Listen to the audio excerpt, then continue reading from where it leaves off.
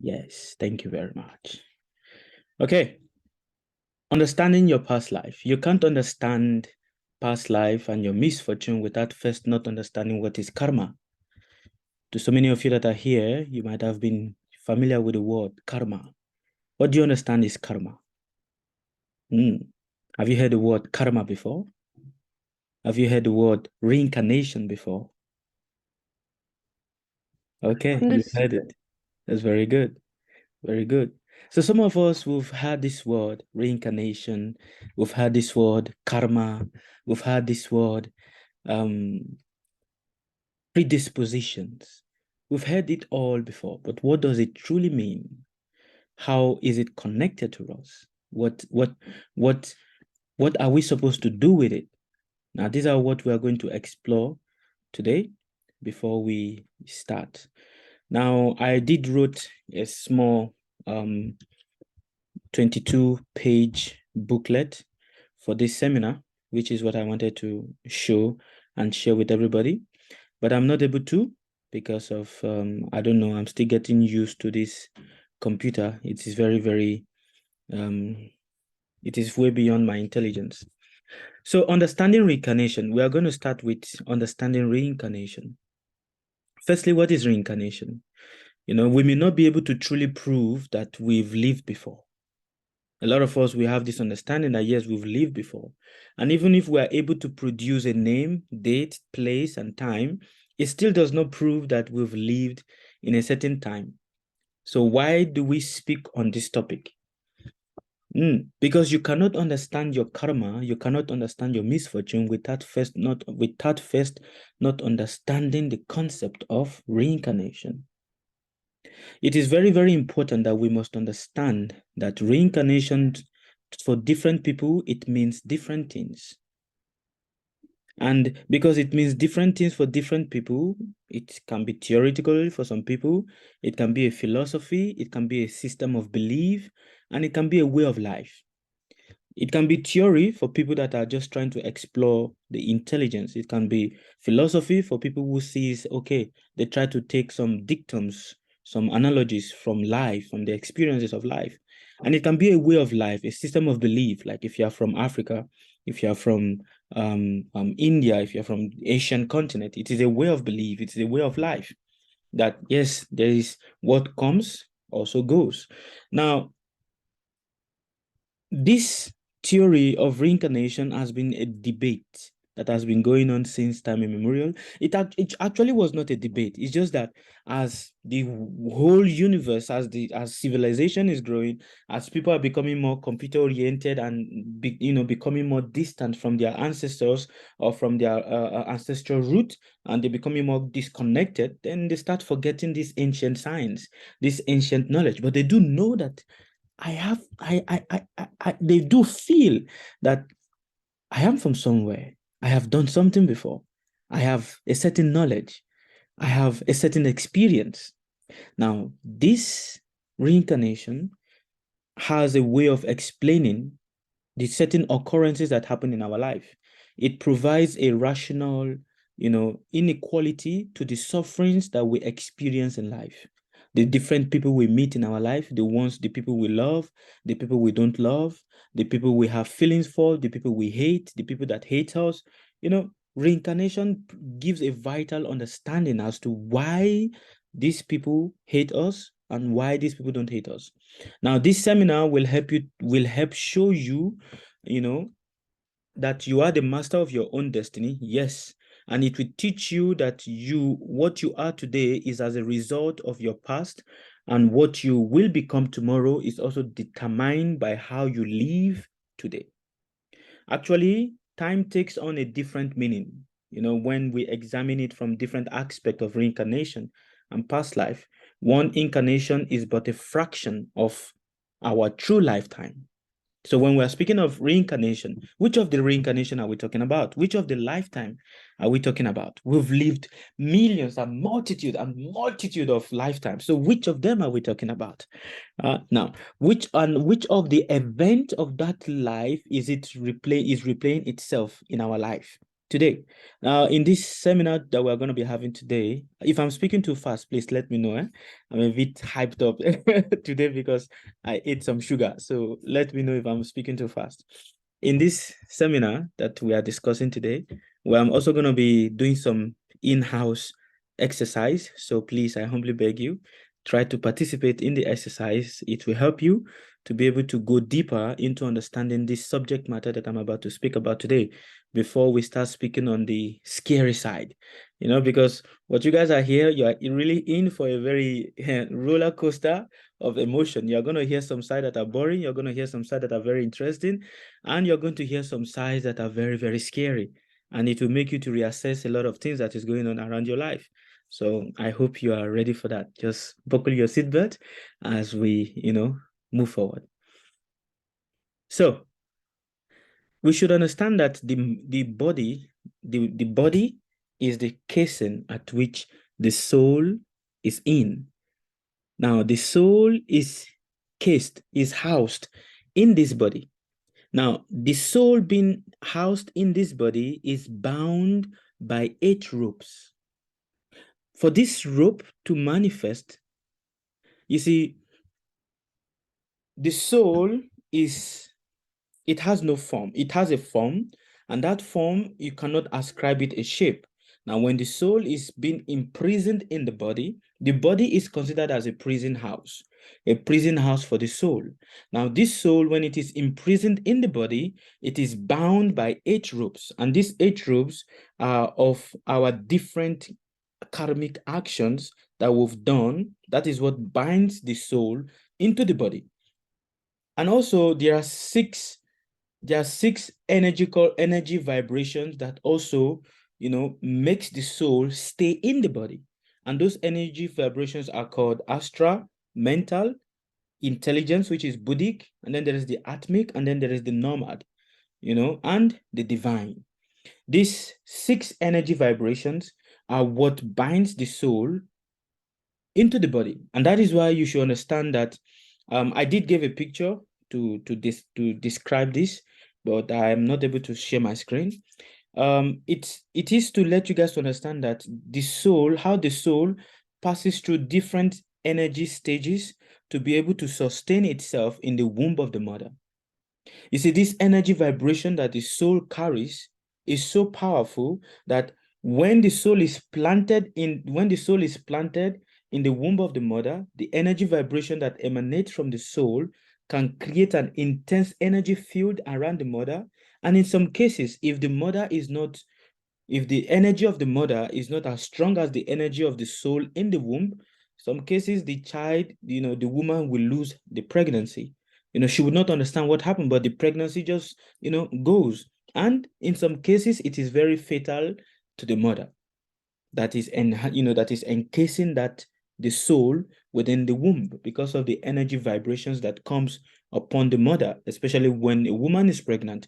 And that is why you see that when a woman is pregnant, her mood, her behavior, it changes. To some women, they are very gentle before they get pregnant, and the moment they get pregnant, they become very fierce and very, angry at all times. They want to lash out. They become very passionate. And then there are some women that before pregnancy they are very gentle, but after pregnancy they just become very, before pregnancy they are very loud and, sorry, figure of speech. Before pregnancy they are very loud, but then after pregnancy they just become very gentle, very loving. I'd be like, is this the same person?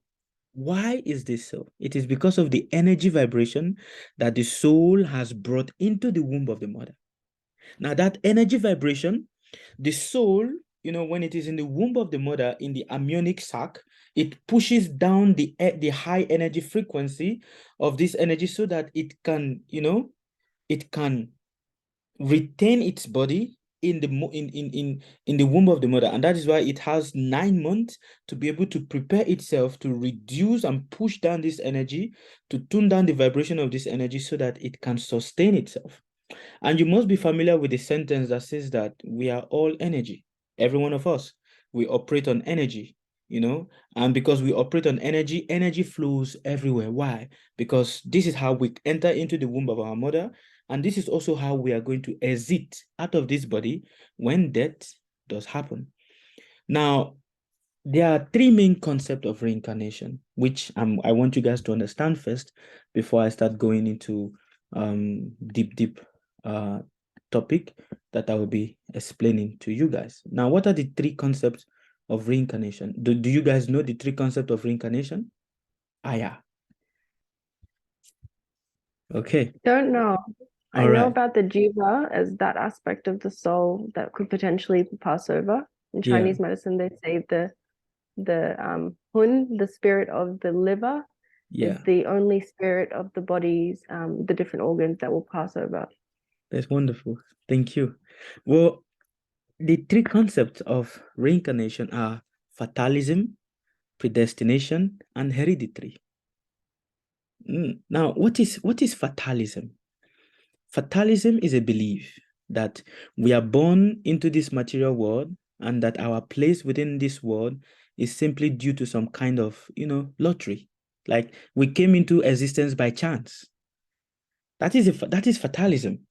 And people believe that we come into existence, oh no, it's just by chance. And this is one of some of the evolutionary theories of Darwin, that you just, out of evolution, you came from ape, you came from this, you came from that, and now you are in existence, that the soul passes through all of this. Now, this fatalism, it does not really go well with so many people. But it's a form of belief that some people have, and that we come from nowhere by no real law or justice, love or forgiveness. And when we die, we also pass into nothingness. Now, nobody wants to believe that. How is it that I'm going to die and I'm just going to go into nothingness? There is no religious belief that supports that, but fatalism believe that. And hence the beneficent divine force within the universe, this concept will certainly not work. And hence there's no need to strain ourselves in trying to understand it or try to study it, because it will do no good, to us. And it is far from important. Now, the other part of reincarnation is the point of predestination, where we all believe that for anything to happen, it has already been predestined, and that is why it's happening. Like you all have gathered here in this, in your different locations, in sitting in different places. Some of you are eating, some of you are walking, some of you are, sleeping, and you're just here. Now, what is that universal energy that has brought you all together? Is it destiny or is it all predestined? Now, a lot of people believe in this predestination. It is a belief that by some divine decree or God or divine force that the universe or some humans, angels, are predestined to become successful and live an everlasting life, while others are, ordained to live a life of mystery. And again, this is a test. It is a pessimistic view of life. And the point is, what is the true divine force here that would act in such a human arbitrary fashion? You see, this view of predestination, will be altered somehow when we go deeper into the looks of the laws of karma and the compensation at play within the reincarnation process. What I hope to show you within this, seminar is that how we live our life right now, what we say to ourselves right now, it sets the tone for what we will experience in the future. The kind of people we associate with, the kind of mindset we decide to have right now, it sets the tone for what we are going to experience in the future. Now, we predestine ourselves for good, bad, or indifference. How do we do that? By how we talk, by how we act, by, what we think of people. That is what predestines us for good, bad, or indifference. And the point is, we cannot blame it on God. Like it is because of it's some divine will or some divine force. That is why I am acting like this. No, your choices. Your choices. And those choices, we must understand that God does not interfere in our free will. He doesn't.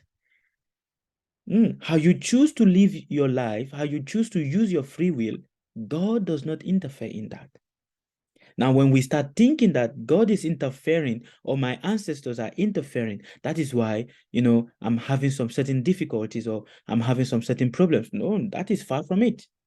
The concept of the ancestral curse is a different thing. The concept of your own predestination, your own problem caused by your own activities, that is totally your own will. Right now, you are predestined to be here in this group chat with me. Now, when you are here, the activities you decide to do in between this moment from when I started till when I'm going to end, that is your own choices. Now, those choices going to determine the outcome of how you will understand or not understand what I'm explaining to you. Now, that is predestination, which means it sets the tone of what? Of your own future, good, bad, or present destiny. Now, which also brings us to the point that we write the script of our life. We play the part of the script that we've written. Our choices are those ways and how we write that script. Now, the last point on this, on this concept of reincarnation is hereditary. Am I born to suffer because my parents suffered? Am I suffering because in my family nobody becomes successful?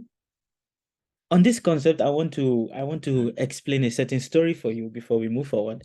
Once there was a famous soap maker in the United States. He's the first Black African soap maker in the United States. I don't know, I've forgotten his name. It came to my head, but I just forgot. Now, he was born in the farm. Now, understand the life of Black Americans born in the farm. They have to struggle hard, for them to be able to do anything. From childhood, he has to learn how to drive the cart, how to go buy milk, how to take, till the soil and plant, the corns in the field and all of that from childhood. And by doing this, he started having the mentality that, well, this is what I'm supposed to do in life because this is what my father was doing. This is what his father was doing. This is what my ancestors were doing. So this is what I'm also supposed to do. But then one day, his mother said to him that we are poor not because God destined us to be poor. We are poor because father never had a strong ambition to be rich. Now that statement stuck to his head forever. And what is that statement? That we are poor. Never, the mother said to him, never let me hear you that you are poor. You should understand that you are poor because your father, he never had a strong determination to become rich. So a lot of us, we are born in a certain family. There are certain things that happen in that family. And because we are born in that family, we easily accept everything that is happening. We accept it. Oh, in my family, everybody have diabetes. So it's just like that. In my family, the women, they don't get married, they get married, they get out of marriage. So just like that. In my family, everybody is cursed, and because the curse is there, so nobody is happy. We accept it like that. And because we accept it, it becomes a factor that does not change. Rather, it gets carried again and again into different lives that we live in, that we go into. So, on this concept of hereditary, it is very important that we reflect on this belief that we are born as a product of our parents, our traits simply being passed on to us genetically. Oh, you know what? You're going to have a big head like me. You're going to have a small mouth. You're going to have a big lips because your parents have this. Now, these are the traits. It is impossible for a lion to give birth to a goat. A lion must give birth to a lion. So when we have some certain traits and attributes that goes a bit differ, the parent is like, is this my son? Are you really my child? My child, is it the one that is acting like this? Why? Because there's this preconceived notion that you must act like your parents. And there's this very famous word that comes to being that says that a fruit does not fall far from the tree. So it is important that we understand that genetics, yes, it has influence also on us in the sense that it gives us individual predisposition to a certain trait and to certain characteristics. We inherit different predispositions from our parents. We inherit the anger of our mother, we inherit the generosity of our father, we inherit the greed of our father, and we inherit the selflessness of our mother. Now, these predispositions are all there. They are genetically coded in us. And this is where the ancestral lineage begins. Your ancestral lineage continues with your name, yes, but it is also embedded in your genetics. It is embedded in every stem, in every cell in your body. And because it is embedded in every stem, in every cell in your body, it goes beyond time. Now, that is the concept of the soul. The soul is like an atom. You cannot destroy it. An atom is indestructible. You can't destroy it, you cannot create it, and you can't capture it. That is an atom. So we should understand that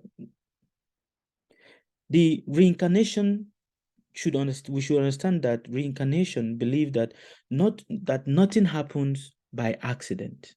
Nothing. You are all here talking with me, listening to my sound, to the sound of my voice. It is not by accident. It is because in a certain lifetime, whatever it is I'm saying to you right now, I have said it to you again, but you did not take it seriously. And that is why the universe has reconditioned you to be able to, one way or the other, indirectly, you have to come back again to listen to what it is we've explained to you in a certain lifetime.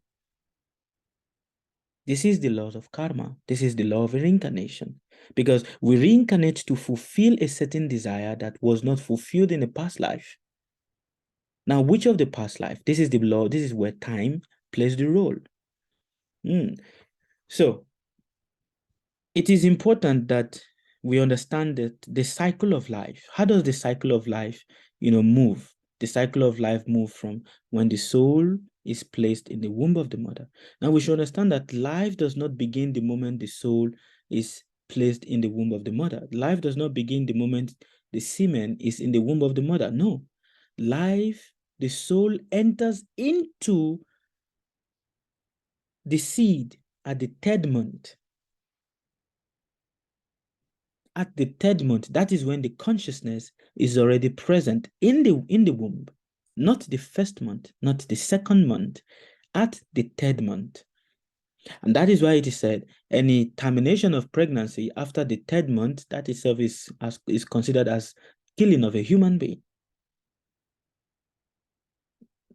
So the soul is present in the body as from the third month, not from the first month. No, from the third month. That is when consciousness, that is where the soul, the energies of that you see that is from that period, the strong pull of the pregnancy will start, the strong energy vibration that the soul has brought will start having stronger impact on the mother as from this period. Now the soul move from different portion of the body. From being in the womb of the mother, it is born as a child. From childhood, it goes to, boyhood. From boyhood, it goes to youth, to teenage. From teenage, it goes to youth. From youth to old age. From old age, it dies. And then the cycle continues again. The cycle continues again and again and again. Now, what makes the cycle interesting are the activities that you decide to do. Now, before we move forward, any question? Are you understanding? Am I speaking too fast? Am I speaking too slow? Any question? Yes, there's a question. Yes, please. So does that mean when you have a baby, people say out of wedlock, or people say it's unplanned? So that means it's already predestined that you should have that baby at that moment. But of course, at the moment whereby the father, you should understand one thing, and that is the soul chooses who the parents are to be. Okay. The soul chooses. And because the soul chooses, see, I have a certain destiny that I need to pass through a certain punishment. Now I need to choose who are the people that will help me to easily pass through those punishments so that I can shed those I can shed those negative karma off so I can move on to my next destination. So as at the moment when conception, or conjugal connection is happening between a man and a woman, at that moment, the soul is present. It is looking. Do these people that are having this relationship, do they have what it takes to help me fulfill the destiny that I need to fulfill? Or do they have what it takes to help me fulfill the punishment that I need to take so that I can move on? The soul is always present. Is that our dharma? Sorry? Is that the dharma that a person has in life? No. Dharma is different. Okay. Dharma is different. Here is the reflection of the soul. You see, because when the soul is in the body, everything is covered. Why certain activities happen becomes covered. The soul is not able to understand it. Why is this happening to me? It's not able to understand. But when the soul is out of the body, it is out of its shell, then everything becomes clean and clear. And the soul does not lament. It doesn't cry. Oh, this person did this to me. This person did that to me. It doesn't. Why? Because the soul, the activity of the soul is way beyond the body. And because it is way beyond the body, it is not attached to whatever is being done or whatever is not being done to it. So it is present when the father and the mother are having the conjugal relationship, because now it is looking, it searches, the soul searches for who will help him or her to fulfill a particular destiny, which is a punishment. It's like when a child is like this. I believe some of you passes through the school. If you are from Africa, then if you want to be punished, by a teacher, you'll be like, this teacher flogged me too much. So let me go to this teacher. It doesn't flog too much. This teacher is not gonna flog me that much. So let me stay with this one. Or imagine a father, imagine a child. A child is with his parents. Now, the child we like to stay with one parent that gives him the freedom to do what he wants to do, and we not like to stay with the other parent that does not give him that much freedom to do what he wants to do. No, I don't want to stay with Papa. Papa is too strict. Oh, I'll be not free. But I want to stay with Mama because I can say whatever I want to say with Mama. I can do whatever I want to do with Mama. That is also the nature of the soul. So it chooses. As at the moment whereby the conception is happening, the soul is present. It is choosing. And because it is present, the energy that the soul brings is also determined by the kind of connection that is going to happen between the man and the woman during the period of conception. If the soul is coming with a very angry karmic nature that it has to finish, the sexual relationship between the father and the mother will be very aggressive, very passionate, and it may even happen out of anger. And that is why you see there are certain situations whereby you see people, they get pregnant because their husband, or certain situation happen whereby there was a fight, and from a fight they had sexual relationship, and then pregnancy comes. These are all the presence of the soul. And let me also let you guys understand one thing. Most often, a lot of us, we feel sexual attraction to certain people. Not every individual, but there are some certain people. Everybody is walking on the road, yes. But it is not everybody that is walking on the road that we have certain sexual attraction towards. But then there are some people that they are walking, but the moment you see them, we just feel this attraction towards them. Why?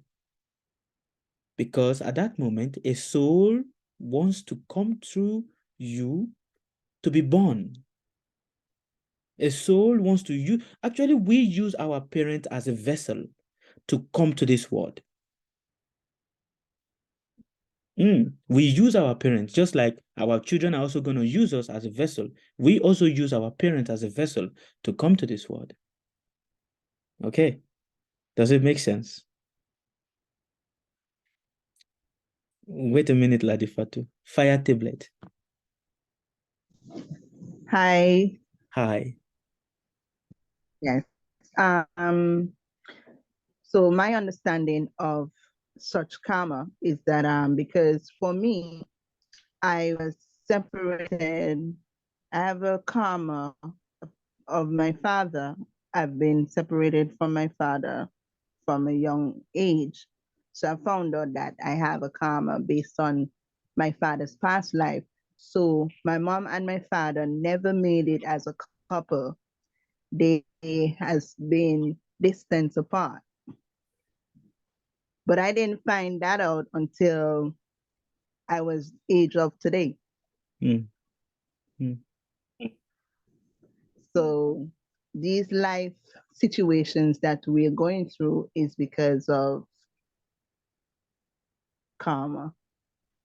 Yes, it is because of that. But most importantly, it is also because of the choice of the soul. The soul chooses to come out in a certain way so that it can finish his punishment.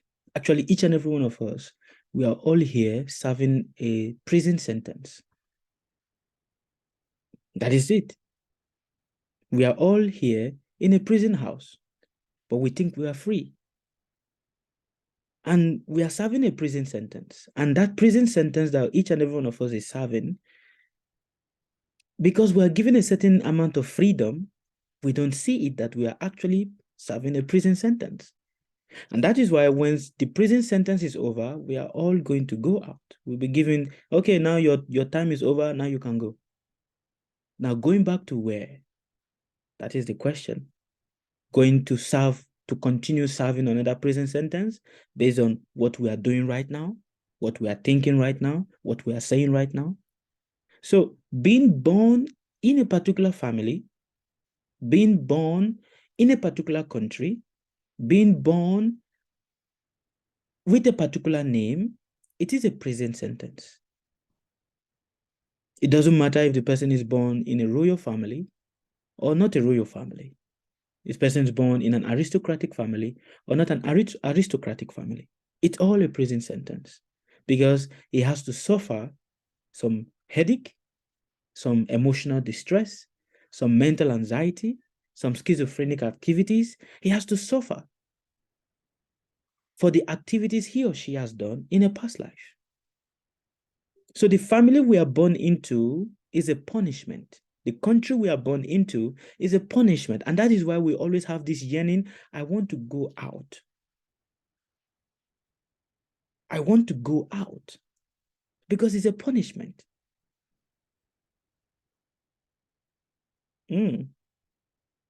Fire tablet. Do you understand it?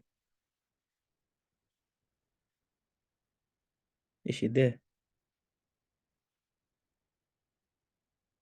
Okay, moving forward. Ladi Fatu.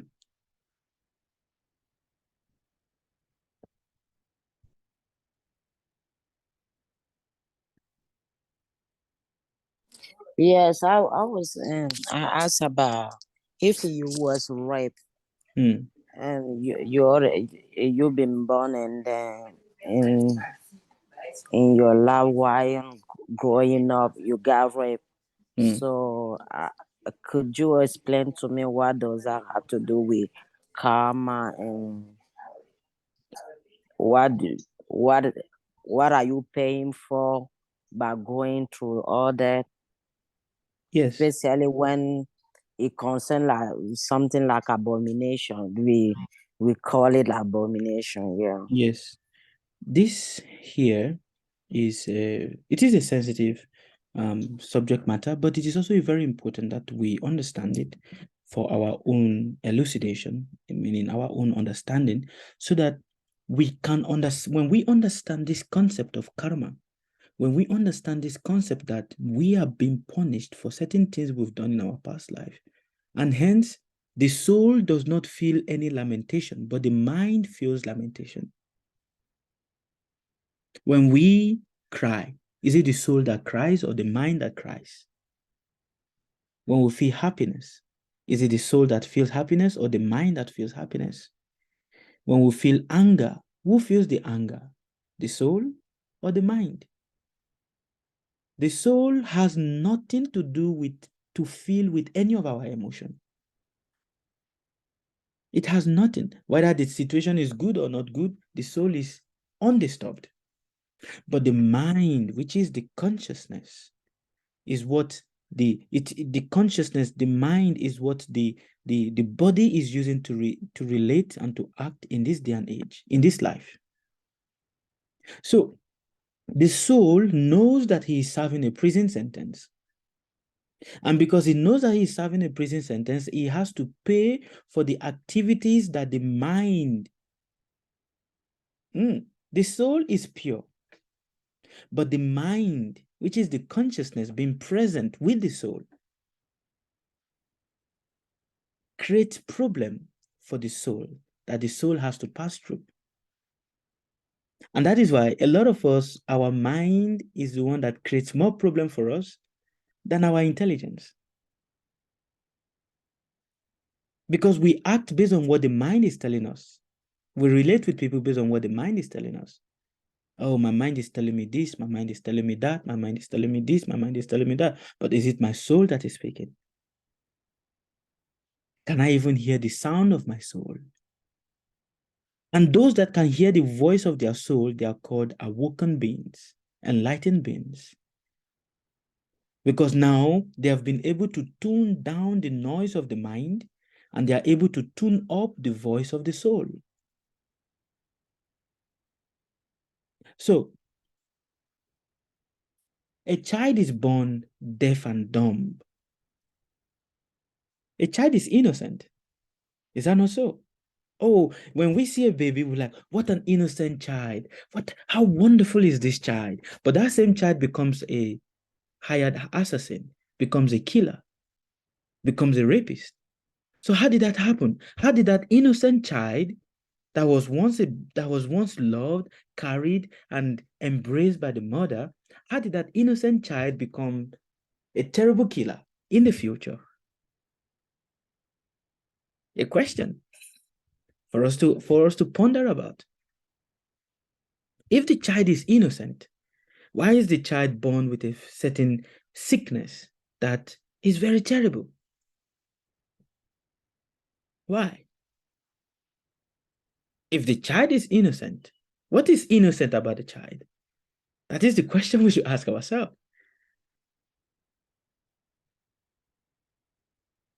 So the point is, some years ago, 2015, in India, there was a story of a girl named Nirbhaya. I don't know if you guys heard about it. This girl was walking home from the bus station to her house after working late at night. And while walking home, she encountered a group of boys that molested her. They took advantage of her. They raped her. After raping her, they took wood and pushed it inside her body. And out of this inhumane activity, she died. Now, it became a very strong internet sensation during 2015. This is inhuman. This is inhuman. How is this so? Why is this so? Why? That was the language. These are not human beings. They should be killed. They should be jailed. Well, the boys were killed. The boys were jailed. And after they were jailed, they were freed. The society became more furious. Why should they be freed? These are not human beings. They should be put in the prison.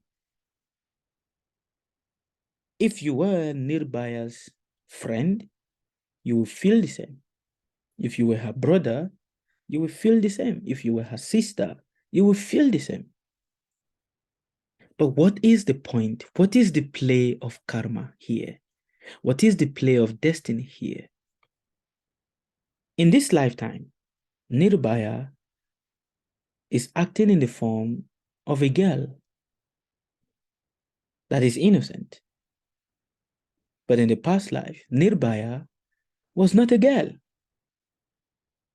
And the people who were the perpetrator of the offenses that has happened to her are the people that she herself has, in a certain body, has offended.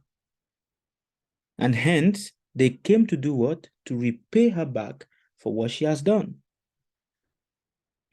But now, having said this does not mean that, okay, we are saying that blame everything on karma. Oh no, we should use our logical understanding, our logical intelligence here also. It's not everything that happens in our life that we're going to say, oh, it is my karma. That is why. Oh, it is my karma. That is why. Oh, no. We should be able to use our ability of discrimination, intelligence, to be able to discriminate properly good activities and bad activities. But some people are very, very conditioned that by a certain stringent energy, they don't know, but they are very conditioned. They can't act. They're just so conditioned. So for a woman or a girl that was raped as a child, it is a traumatic experience.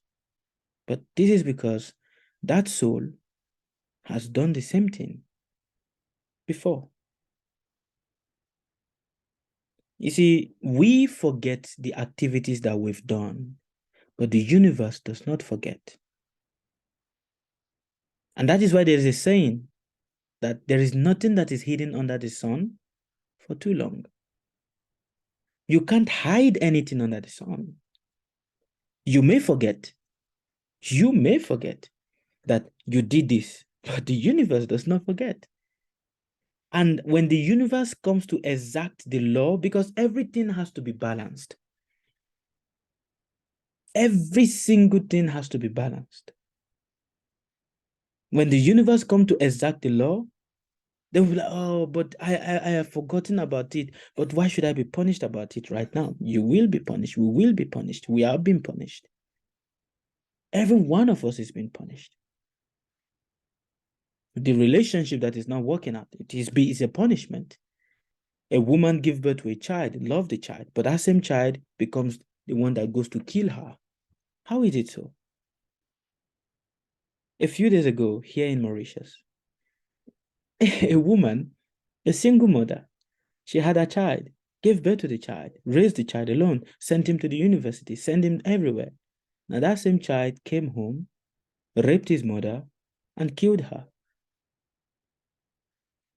So what is that? What will you call that? Evil? My question with that is, since the child did that to the mom, will he pay back his karma in his next life? But of course. All of us are paying. And that is why in this seminar, I'm going to explain to you how, after understanding that everything that is happening to you is nothing but a repetition of the events that you've done before, now how do you prevent it from reoccurring again? And that happens when you know how to apply intelligence, not allowing the mind to push you, but intelligence. Higher than the mind is the intelligence. But sometimes the mind captures the intelligence, and the intelligence becomes a slave of the mind. But when you are able to use intelligence, then you'll be able to say no. And that is why they said 1 moment of tolerance, 1 moment of patience can save you a whole lifetime of trouble. Because when certain things happen to us, our first nature is to do what? To react. Why is this happening like that? That is our first nature. No, this person did this, let me slap this person. But when we are able to use intelligence, okay, yeah, this person has done this, all right, okay. Let me give my distance to this person. At that moment, we are freeing ourselves from the repetition of that cycle. Let me explain something to you.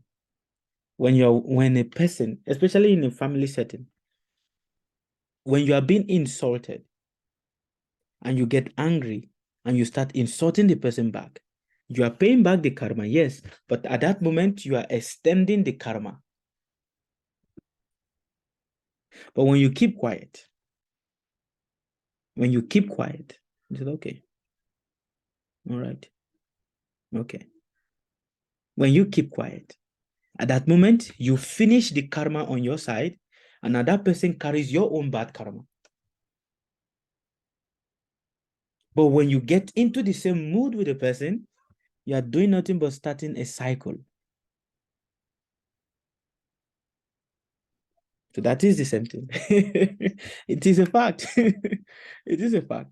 When you get into the mood with the person, you are starting a cycle. But when you, okay, all right, okay, all right, you are freeing yourself, and that person is getting entangled in that karma.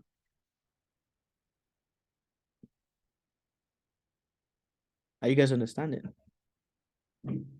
Yes. So Any is question? it in a way that, like, so it's kind of like a grace for us to be given another opportunity to experience these things, and although they may be horrible things, it can be an opportunity to maybe experience like some humanity and understanding and make different choices and to perceive and be with life in a different way. Yes, it is. This is a grace. Okay, I did this before. Put it like it is called a second chance. Being born again, reincarnating again, is being given a second chance to redo what I did not do. Let me do it more better. And Those if someone things, has done actions like that, like horrendous actions, is that just a part of the unfolding of people and how humans are, and that's just a nature, or does that say something else? it is not just only the unfolding of how people are, people that does horrendous activities of such. It is also based on their own preconditioning. The preconditioning of their karma. You see, the laws of karma is so strong that so many of us, we act and we don't understand why we act. It's like there's the force that is pulling us. We don't want to do it, but one way or the other, we are just compelled to do it. We don't want to get angry, but one thing or the other, it just happens. We just burst out. Like there's a higher force that is pulling us. Now, when we are able to use intelligence to be able to retract our step and balance it, then we are able to escape that cycle. For people that does horrendous activities or getting engaged in, let me tell you a story. I'm going to tell you two stories before we continue. Once upon a time, there was a king. His name is Maharaj Bharat. This king is very saintly, very, very saintly, just, good to everybody. And he's a lover of God. Like, he loves God. So he decided to, Sarah, can you mute yourself? Oh, sorry, Okay, give thank me you. a second. Sorry. Give me a second. I'm still learning how to work this. I'm not good with technology. Excuse me. No problem. Let's see. So I click on it. So back to the story. Okay, good. So Maharaj Bharat left home. He retired from home and he went to the forest with the hope and the mindset to dedicate his whole life, the remaining lifetime of it that he has left on earth, into just serving God. But then, after so many years, he was in the forest, serving God, doing prayers to God, and everything. And he was really getting very good. He was having strong communion. He was having strong communication with God. Then one day, in the morning hours, while he was doing his activities, he saw a deer that was being chased by a tiger. Now, this deer was pregnant and she was running for her life. She was running because she wants to save her baby. She was running and the tiger was chasing her heavily, but she was running.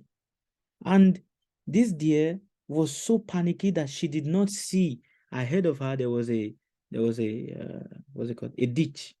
So she fell into the ditch, and falling into the ditch, out of that fear, she had a miscarriage and the baby was born. So Maharaj Bharat was just observing all these activities. He saw it. He took compassion on the baby deer, that, oh, this deer is born without a mother. So he took compassion on the baby deer, and he started taking care of the deer. Now, in the process of taking care of the deer, he started having strong attachment for the deer, and he started treating the deer as his own child. Mind you, Maharaj Bharat is in the forest, doing prayers, doing penance to God. Now, while he was doing his penance and prayers to God, he has no one to communicate with. Now, the baby deer becomes someone that he communicates with. Oh, you are hungry. I'm going to bring you a milk. I'm going to bring this for you. And in this way, he started substituting his prayers to God for attention to take care of the deer. Was he doing anything bad? No, he's just being a good human being, right? You will say. So one day, this baby deer, after growing up, and Maharaj Bharat was doing his prayers, but then he couldn't see the deer around him. So he couldn't concentrate on his prayers to God. He stood up and he started looking for the deer around. In the process of him looking for this deer and thinking, where is this deer? Where is this deer? Where is this deer? Where has this deer gone? Where has this deer gone? In the process of him thinking that where the deer has gone, he stumbled and he hit his head on a stone.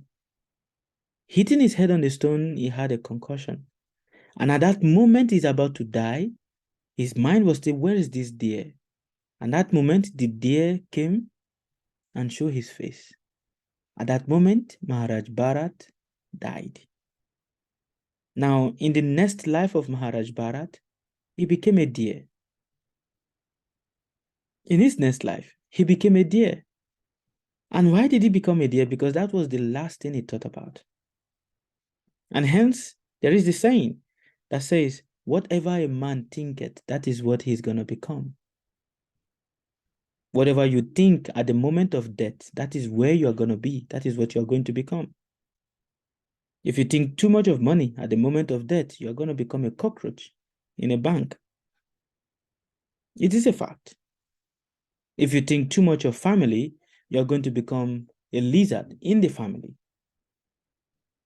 Whatever a man thinketh at the point of death, whatever you remember at the point of your death, that is what you become.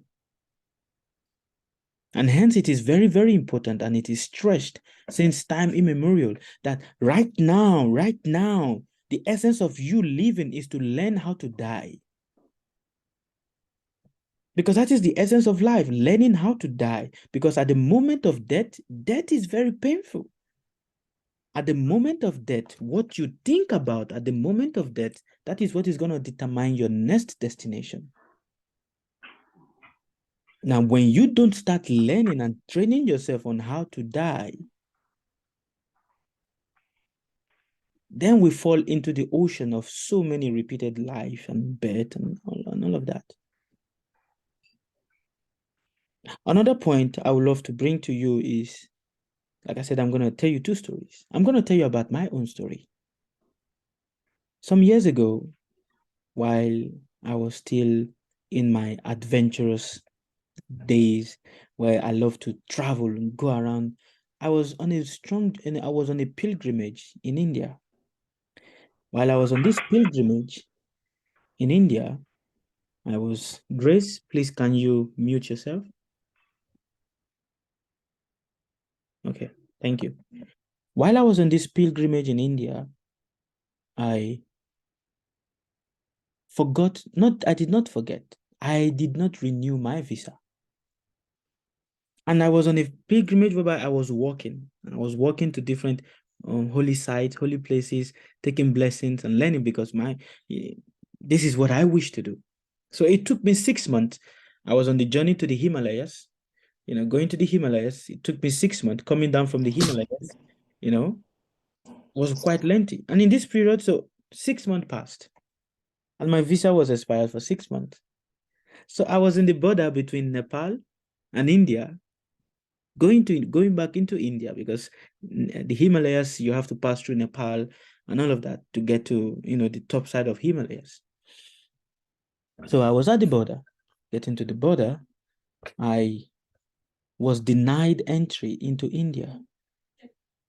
And I was like, what am I going to do? They said, you don't have a visa for India. Your visa is expired. So you have to go see how to get another visa. I went to the India embassy in Nepal. They said, no, you can't. You didn't enter Nepal legally. You entered illegally. So you have to see. So in this process, I spoke to someone and the person took me by a horse cart. You know, in India, if you go through the rural part of India, they still have this horse cart. So I was on that and they took me into India. I was happy. Oh, finally, I'm in India. I'm going to see how to find my way to exit India. So I was at the train station in India. And there I was sitting in the train station, in the train. And then someone out of nowhere came to meet me and telling me, show me your passport. I told him, I'm not with my passport. I'm not with my passport. Why are you coming to ask me for my passport? I'm not the only person that is here, but why are you coming to ask me for my passport? I said, no, show me your passport. In this way, he took me to the police station. In this way, like this, I was arrested and I was imprisoned. Yeah, I was imprisoned. Now, when I was in the prison, I learned so many things. I was in the prison for 45 days. Now, while I was there, I saw assassins, like people that are paid to kill others. I saw petty thieves. I saw politicians that, are corrupt and hence they are put in the prison. I saw murderers. I saw people that have killed their wife. I saw people that killed their whole family. I saw so many people, and all of them, I was reading their palms.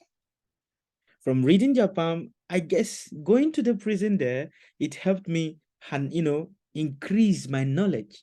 Because from that, I could see, okay, this is the definition of these lines and all of that. I could see.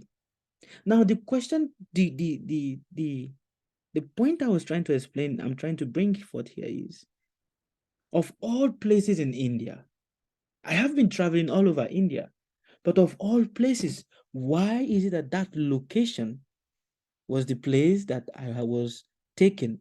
And from that location, I was taken to prison. Now, taken to prison, not even in the city, but in the deep, unpopulated part of India. Why that village? That was the question.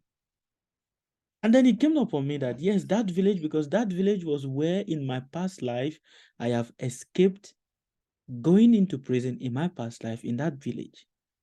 And hence I was arrested there. See, not having my visa is not something that is warranted me. It's not something that is warranted for me to be taken into prison. It's just something to take me to my embassy and all of that. But I was put in the prison. That village, I had an unfinished business that I have escaped from in that village. And hence, what happened? The universe arranged it in such a way that I have to come back there. I have to be arrested there. And I have to serve the amount of time that I refused to serve in my past life. And once that time is served and done, I was released. Even with that visa, I was released. Okay, now you can go. They didn't take me to my embassy. They didn't take me to anything. Now you can go. Yeah? So why, to a person, to a thinking mind, you ask yourself, why? And the answer is unfinished business. So a lot of us, we are going to meet some certain reversals in certain places. We'll be like, but why this place? Why this person? It's unfinished businesses. And until you finish it, you may escape it, but you cannot escape the laws of nature. We forget, but the universe does not forget. All right? Okay. Now, moving on. So, points to prove the indestructible nature of the soul. In the Bhagavad Gita, chapter 2, text 13, it says, as the embodied soul continuously passes in this body, from boyhood to youth to old age, The soul similarly passes into another body at death. A sober person is not bewildered by such a change. So when we start thinking, oh, my friend has died, oh, he has died, oh, no, your friend, the body, yes, has died, but the soul, that is what you have a relationship with. You don't have relationship with the body, you have relationship with the soul. And it is the soul, because the presence of the soul in the body, that is what makes the body attractive. Without the presence of the soul in the body is not attractive. Have you gone and said, oh, this is a beautiful dead body. Oh, this dead body is so beautiful, so nice. I love this dead body. Has anybody said that? No. It is because there is the presence of the soul. There is this presence of the spark of life, which is the soul in the body. That is what makes it beautiful. So when we start lamenting, oh, my father died, my mother died, my auntie died, everybody died, you know, so when we start lamenting like this, then it means that we don't understand the movement of the soul. And see how your body, just look at it, as the embodied soul continuously passes in this body from boyhood to youth. See your body. When you were a child, was your body the same? It isn't. Your body has been changing, but your soul remains constant. Your body has passed through different stages of puberty, different stages of adolescence, different stages of growth, but your soul remains constant. And because the soul does not change, although the body has changed, your shape of your head has changed, so many hair styles that one we have carried on our head, so many ways we've done our body, so many ways, but still the soul is there, and that is why people are able to recognize us. What is it that people recognize? It is because of the presence of this. Oh, hey, how are you? Because of the presence of the soul. So the soul passes through different stages of life, different stages of the body. And hence, when at death, when we start lamenting, I will start getting bewildered. Oh, the person is dead. Oh, no, the person is totally... No, the person is not dead. He just changed. Now, moving forward, you see, it is said, it's still in the Bhagavad Gita, that which pervades the entire body, you should know to be indestructible. The soul does not die. No one is able to destroy the imperishable soul. Your soul is an immortal. It has been existing since the creation of time itself. Your soul itself is time. It has changed different shape, changed into different bodies, but it is still the same soul. Shifting, shape-shifting. Your soul is a shape-shifter. Now, for the soul, there is neither birth nor death at any time. He has not come into being, does not come into being, and will not come into being. He is unborn. That is your soul.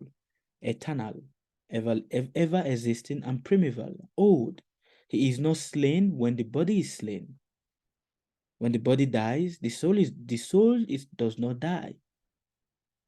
In the Bhagavad Gita 2:25, it says, one who has taken birth is sure to die. And after death, one is sure to take birth again. Therefore, in the immovable discharge of your duty, you should not lament. So, with this point, I hope to draw your mind to the indestructible nature of the soul and how you've been acting, playing different roles, just as one give up old one garment and accept a new one. Similarly, the embodied soul, which is you, your soul, gives up old and worn-out bodies and verily accept a new body. Now, let us do an exercise. Please, everybody have your pen and a paper ready. I know some of you have been jotting down. Let us do a little exercise about experience of past life. You know, the following is a list of questions that is designed for you to open your mind to the possibilities of past life experiences. These are common questions, yes, but which, if you answer it genuinely and affirmative, then it can best explain to you the process of reincarnation. Although there are other possible explanations, your answers can provide clues to possible past life existence. Keep an open mind, I beg you all. Okay? All right. So, question 1. It's basically a 20 questionnaires, but they are simple. So let us do this exercise together. All right. Are there places, number 1, you should ask yourself, and I want you to genuinely write the answers down for yourself. You don't need to share it with me, but just write it down and keep an open mind. Are there places you've always dreamed of visiting? Now write the places you've always desired to visit. But one way or the other, you've not just been able to go there. Number 2, are there places you would never want to visit? Even if you are given the ticket, the facility, you would never want to go there.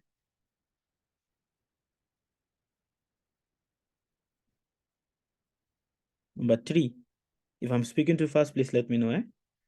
Number 3, are there periods in history with which you felt more connected and you enjoyed studying more about this period in history?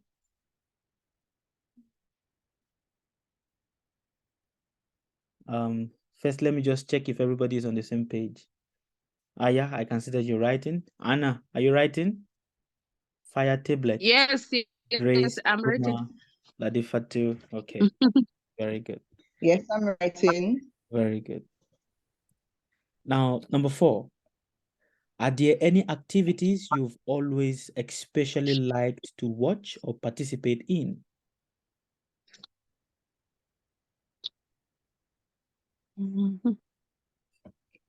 Number 5, are there activities you've always wanted to avoid participating in?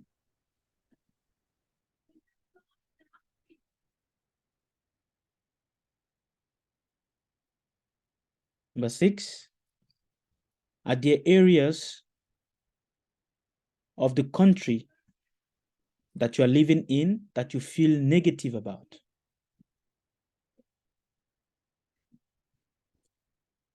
Number 7, is there any area of the country you currently live in that you feel especially drawn towards? Like you don't know, but you just feel drawn towards that area. Number 8, are there any particular person or people that you feel drawn to or have an interest racially, religiously, socially, and so on?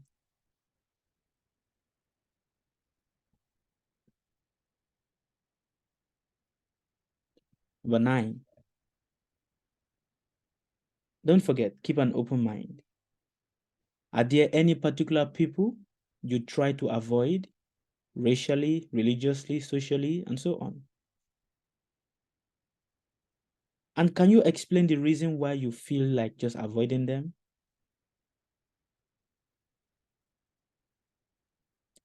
Number 10, are there fears that you remember having your entire life or since childhood?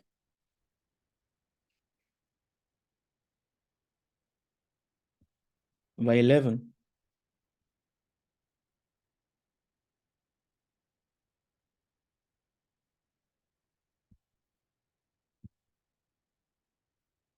what talent do you have that you've always known about, even if you've never used them?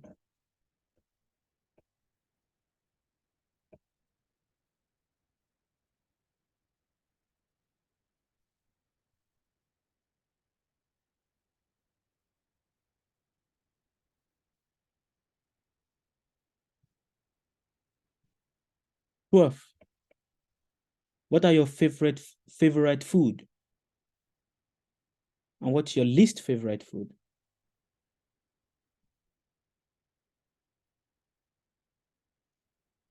Thirteen. Have you had any sickness, ill sickness, since childhood? It's just not going. It keeps coming back again. Have you had any of this?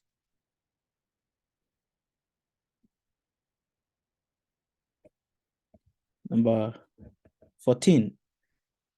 Are there any chronic problems, emotional issues, or attitude that you can attribute to your early childhood?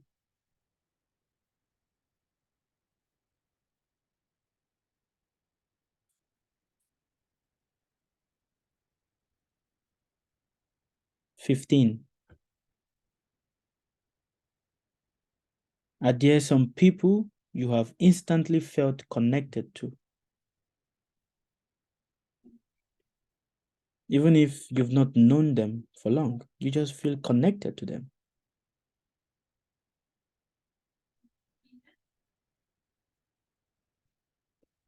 Are there people you felt repelled, like you don't want to meet them? Just by seeing them, you feel like, no, you felt you felt uncomfortable with, even if you've just met them.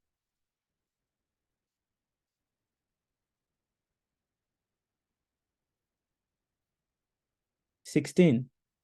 Am I too fast? Should I slow down? Are you all on the same page? Okay, all right. 16. Have you experienced the feeling of deja vu? Like, I have seen this before. Have you experienced that before?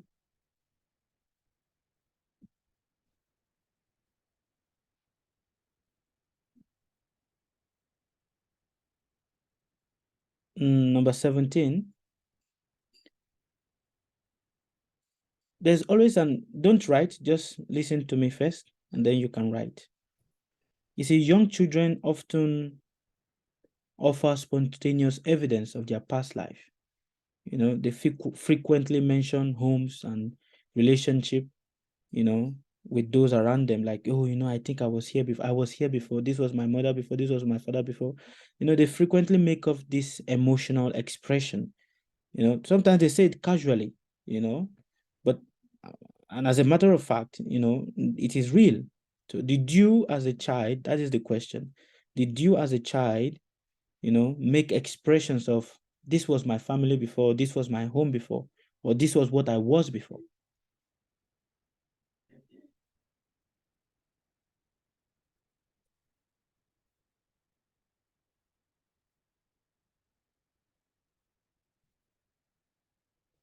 Eighteen.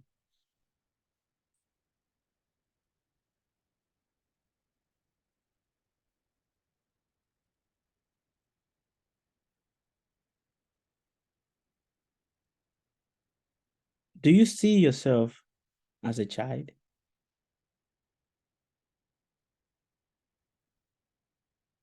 Just right.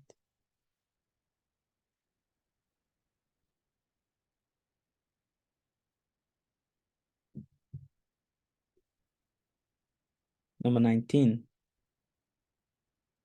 Have you ever had recurring dreams of a particular place, person, or time?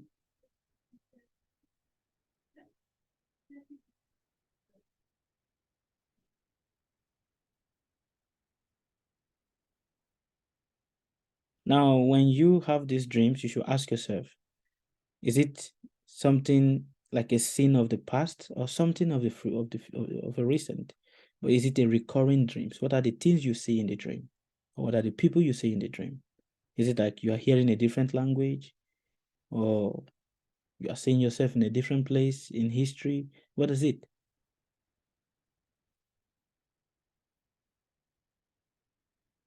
And the last one,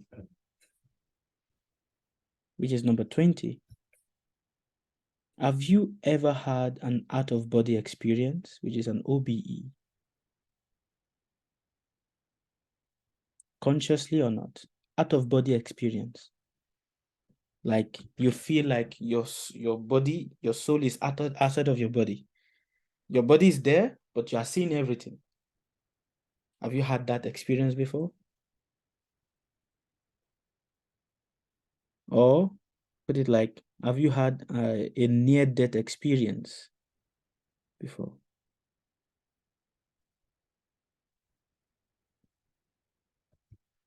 If you do, how do you feel with that experience?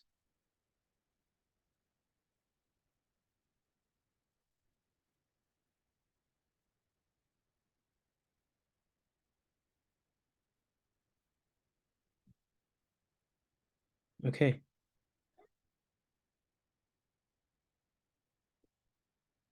Now this exercise that we just did, I don't want you to give me an explanation of them now. I want you to keep them with you. And I want you to reflect on them. I want you to think on them. And I want you to answer yourself genuinely on the questions. Keep your mind open. Because from this little questionnaire, this little exercise, it will give you deeper, it will give you a clarity as to what you were in your past life. You see, when we speak about past life, a lot of people always have this grandeur that they feel that they were important people. Oh, you know, I think I was king, this person, I was a king in my past life, I was a queen in my past life, I was a sorcerer in my past life, I was this, I was that. You know, so many people have this phantasmagoria, or I put it like imaginative belief that they were important people in their past life. But you will be surprised that the reality is far from the truth. A lot of us, we are actually very evil-minded people in our past life. We are very mean, very, very mean, very cruel. But the mind creates an illusion. There's a difference between your past life expressions and the illusion that is created by your mind. And a lot of people, their mind has created an impression on them that they live in a very strong imaginative world. And they try to carry themselves like that. Oh, I was a king in my past life and I was killed. I was a high priestess in my past life. Do you know how many people have said that they were king? They were king from Egypt in their past life? Or high priestesses from Egypt in their past life, and they go around publicizing that and all of that. But the real people that have had a past life experience, the real people that truly remembers their past life, they don't talk about it. Because it's not good. It is gory, very gory. It's not good. Remembering how you died or being able to see pictures of how you died, it's not good. So this exercise that we gave to you guys today, I want you to reflect on it. Just write. You don't need to paint it good. Just write. It's a honest, sincere, how do you call it? A honest, sincere assessment of yourself. And when you're going to do this, you don't need to think, just let it flow. Okay? Now, let us go into your past life and your misfortune. Yes, go ahead. I have a question. Yes, please. Does it matter if what kind of past life someone's had, the opportunity they have in this life to like end the cycle of life and death? Does it have an influence? Like if there stages and like levels to it, or can it just be at any point and you could have a horrible life in your past life, and then this life you put your action towards good, and then you could receive, I don't know. Yes, that is actually very true. Does it matter the kind of life one has lived in the past life, and now one is trying to do things in the right way and all of that. What can it lead, for someone? Yeah. Our past life matters a lot. The things we've done in our past life, it matters a lot. And there are people that are trying endlessly and effortlessly to end the cycle of being born again. And how are they doing that? They are doing that by just immersing themselves in deep spiritual practice. I don't want to come back again. I don't want to come back again because of what? There's the fear. But you should always understand that for he who is born, death is what? Death, for he who is born is surely to die. And for he who is dead is surely to be reborn again. Now the question is, where are you going to be reborn again? In the heavenly planet or in the hellish planet? Among humans or among animals? Now, the activities you do right now is that ticket that qualifies you for where your next destination is going to be. So when we immerse ourselves totally into spirituality, I want to do spiritual activity. I don't want to do anything material. Like there are people that I know, they have taken a vow not to do anything material, just fully engage in spirituality. Now, these people, what are they trying to do? They are trying to break free from the cycle. But we should understand that if we break free in this life, what about the other activities of our past life that catches up on us? So can we truly break free? Yes, we can. But for that to happen, it's not going to be immediately. The ropes are not going to be cut immediately. The rope will be cut multiple times. And multiple times means multiple births. Now, in that multiple birth, if you can take caution of not repeating the same things again and again, if you can take caution of avoiding not getting into the same issues that put you in a bound, in a position of being bound in your past life, then you will be able to free yourself. Because don't forget, where you stop in your past life, that is where you're going to continue in this lifetime. It's like a post movie. You're watching a movie and you put it on pause. You go out, you come back, it will start from where you stopped. That is the past life for you. So how you are doing your activities right now determines where you're going to start from in your next life. And this is also where you should understand the concept why a lot of people, for no reason, they are afraid of getting into relationship. For no reason. They don't just want it. And their family will be like, get into relationship, get married, but they don't want it. Why? Because there's a past life experience that is, they don't know, but it is repelling them from wanting to get into that relationship because of they have burnt a lot of karma in regards to relationship. The same with people, they for no reason, but they don't want to have children. They just don't. And be like, get children. No, I don't want it. Why? I don't know, but I don't want it. Why? Because of what? Their past life experiences. A lot of us, we are suffering from the traumas of our past life. A lot of us. And that trauma? I have a question. Yes. I have a question. So there's nothing like coincidence. No. There's No. There's nothing as that. There is no coincidence. There are no coincidences. That, oh, it was a coincidence. No. There are no coincidences. Everything happened predestined. You understand? Okay. Yeah. Any question before we start going into gory details now?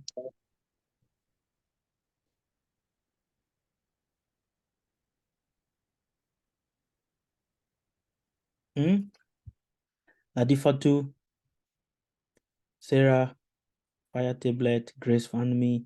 Huma, Ruta, Marisha, Nana. Any question? Can you hear me? Yes, I have a question. Yes, please ask me. So I think I spoke to you about this before, but you said to avoid it. I'm currently battling hearing voices, and I feel like everything I see is against me. Everything that makes noise, it's like it tells me how I feel. And I can sometimes hear how people think. And because you told me to avoid it, I'm trying not to let it intervene with my soul. I'm trying to just let it be in my head. But it's very difficult because it's like when you hear things, you react to them. And I think that's what I did. You know what I mean? That's what I did, and I ended up in where I ended up because I was allowing those voices to affect me. And I'm trying to navigate it with, connecting with my ancestors and stuff like that. But it's come to a point whereas it's like I feel like something is following me around. So I'm trying to think, is that past life experience or is it witchcraft of us, Black people doing things to each other? How can you explain that? Because sometimes a child can be innocent and, there's things of this world. When you come to this world, you don't choose to have those things done to you at young age and you don't have parents to guide you. So I want to understand, is that related to past life? Because sometimes it's not your fault that you did those things to come to this world when you're a child. So how can you explain that? It's all connected to the past life. Everything. Okay. The people you see, the voices you hear, the voices you don't hear, the connection, the speaking, it's all connected to the past life. There is nothing else. I don't choose this to happen to me, but it is happening. No. For it to happen, it is because you've chosen it from your past life. Because of the events and the activities we've done in our past life. But why can a child be punished for what he doesn't know? Oh no, the child knows. There's no child that is innocent. No child is innocent. The consciousness may be slow at arriving to where it was in the past, but there is no child that is innocent. And that is why you see at a particular time when the consciousness becomes mature, it picks up and it starts from where it stops in the past life. So when it concerns those voices, we have to ignore them. A lot of us, we have these experiences. Some of us, we have experiences of seeing ourselves dying. The experience of how we died in our past life sometimes comes to our head. Whereby we are driving and be like, oh my God, I had accident. And those images will start flashing in your head, of how the accident happened. So because of that, should you stop driving? No. You just have to rebook them. There are people that you should understand that the things that gives you small distress in this lifetime are those things that actually were very, very stressful to you in your past life. And a lot of us, on this concept, I would like to speak about what is called phobias. A lot of us, we have phobias of how we died in our past life. Like imagine some of us, we don't like to climb, we don't like height. We don't like to go to high places. Why? Because in the past life, we died, in a certain past life, we died falling. And that has created a universal impression. It has created a certain, we don't know, but it's just there. The moment we climb a height, there's this fear that just creeps up on us because of what? In our past life, we've died from falling. The same thing also with people. There are some people, they don't like to go closer to the sea or to take their bath in the sea because there's the fear of drowning. No. There's that fear that is there because in their past life, they've died by drowning. or either by choking on water. So all these phobias that we have are all nothing but those part of our past life that we've had some terrible experiences. And those terrible experiences that we've had in our past life, it comes as carried over phobias, carried over fears.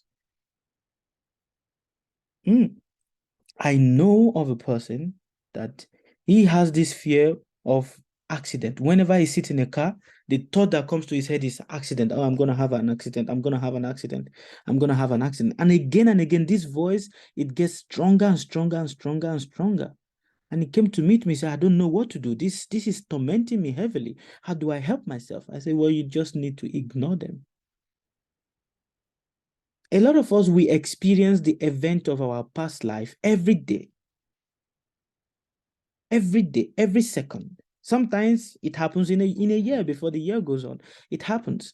And you will see to people that have this fear of, phobia of height and everything, they will it starts playing in their mind.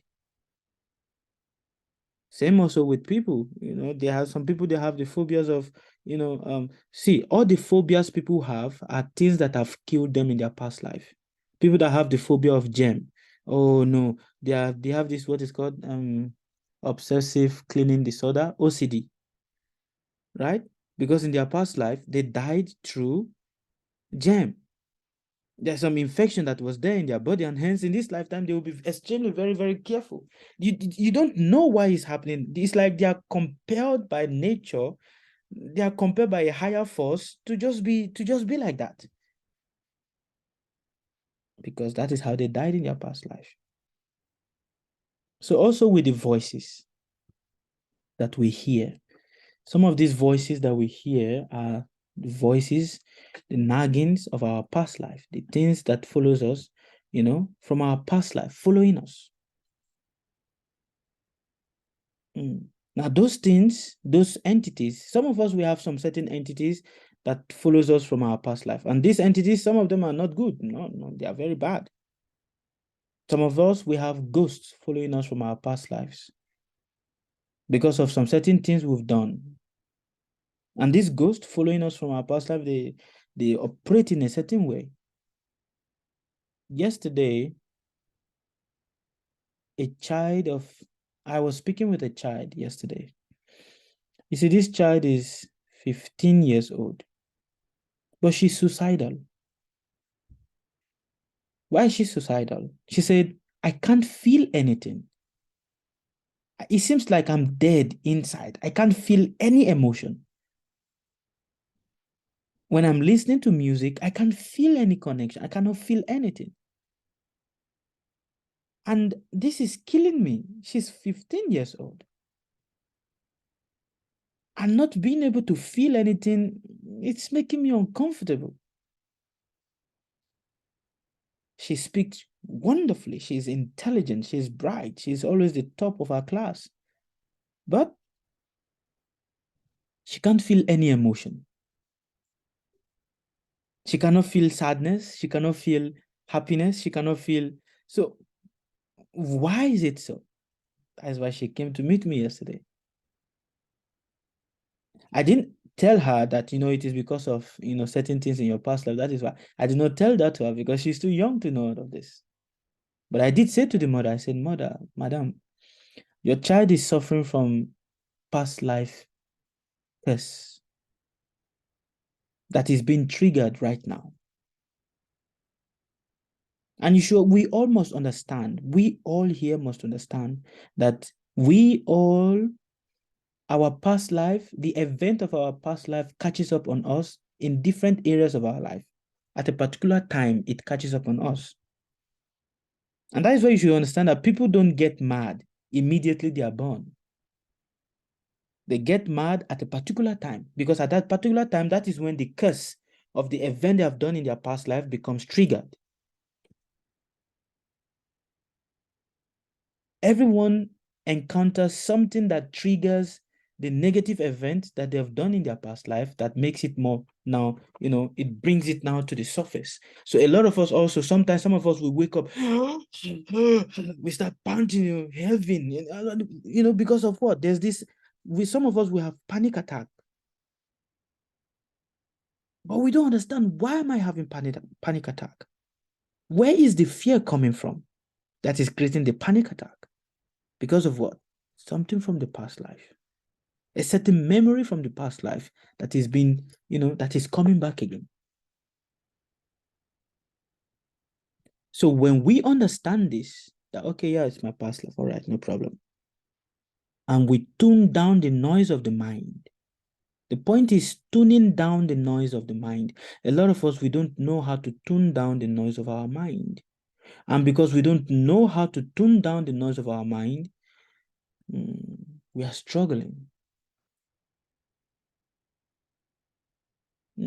So when those voices come, ignore them. They will speak louder, ignore them. That is their duty.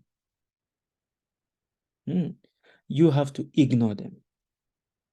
And from ignoring them, you have to replace them with a different thought, with a different action. That is how it is done. All right? Fire tablet. Hi. Hi. I almost forget what I really wanted to ask you. But our past life events, right? It's more than one. We have created many karmas. Yes. Right? Yes. But when you dive into spirituality, when you take depths into spirituality, is it that it helps every event, or it just helps some events? It is not every event that when we take into spirituality that becomes automatically resolved. No. And we should also understand spirituality itself is subjective. Just you sitting down and praying, or going to a church, or following a spiritual leader, or following a certain belief and all of that, does not mean that it is going to finish all your karma or all your debt. And this is where a lot of people get entrapped. That promise of salvation is where a lot of people get trapped. Now, this trap is very difficult for some people to escape it, because they get trapped here for a long time. Master Jesus has paid the price for you, for your sin, so you don't have to pay anything anymore. That is a trap. It's nothing but an emotional political blackmail to just keep people in a particular point. Then why do you suffer if all the sins have been paid for? Why do you get depressed? Why do you still have to suffer for the event of your past life? So when we take to spirituality, it does not mean that now our problem is over. Oh no, that is actually when your problem is going to become more heightened and more increased. Because spirituality is the fuel that helps you burn off your negative karma quickly when it is practiced wholeheartedly, genuinely, and under the right guidance. It is the fuel that helps accelerate the process of, depleting and, finishing your karma. Now, that process is when it becomes accelerated, means a lot of things are going to come to the surface. And that is why you see so many times, many people, when they become spiritual, they start becoming psychotic. They start becoming fanatical. Why? Because that process becomes triggered. But now when they are not under the right direction, and when they are not under the right guidance, then they create more karma for themselves. Do you understand it, Fire Tablet? Yes, I do understand. Thanks.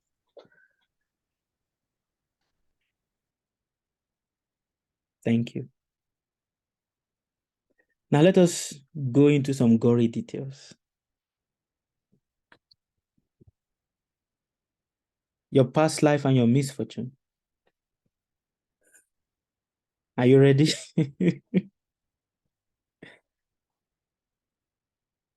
One who in his past life was stingy and greedy will live in full abject poverty all through this life. When you see a person that is, if you see a person that is poor, oh, why is this person poor? Why did God create this person poor? Oh no, God did not create him poor. He made some certain decisions in his past life that has put him in that situation.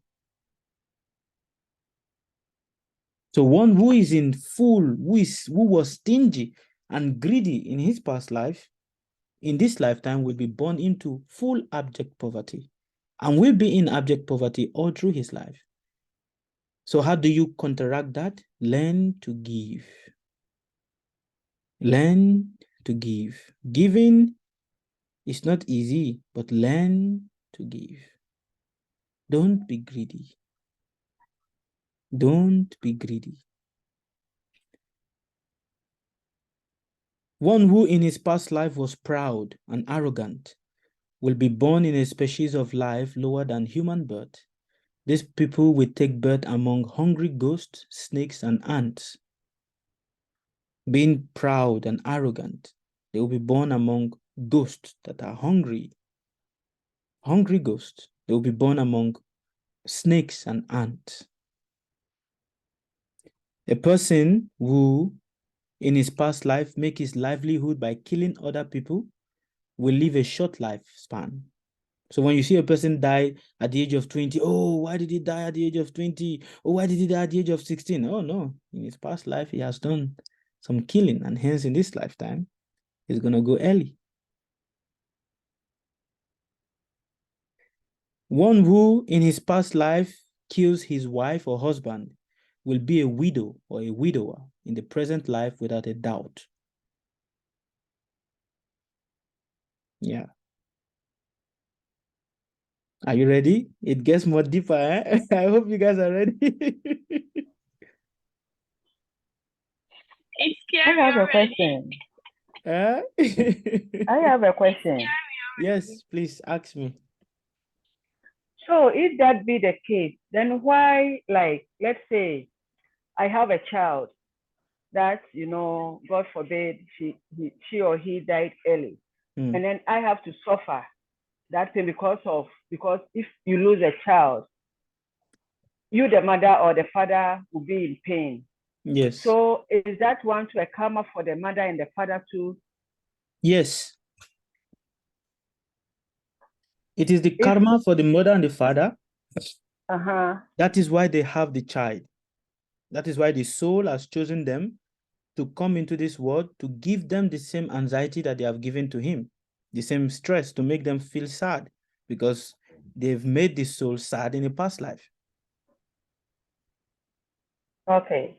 Yes. Wow. It is the karma.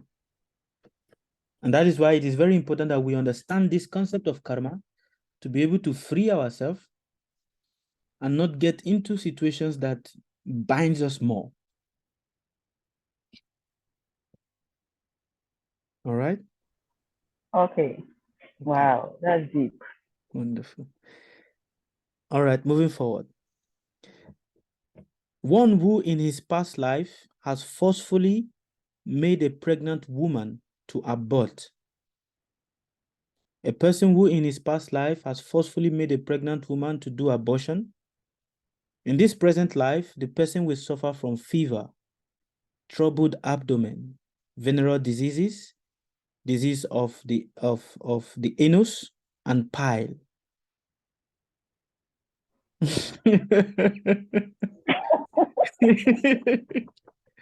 Where are the men?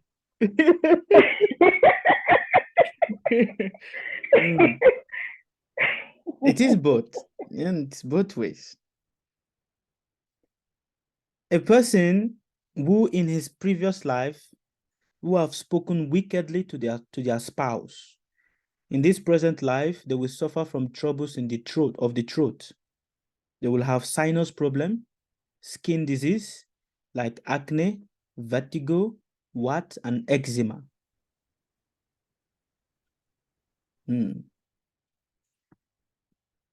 A person who indulged in prostitution in their past life will always give birth to dead children in the present life. Whatever children they give birth to will always die, or they will give birth to child dead already in their stomach.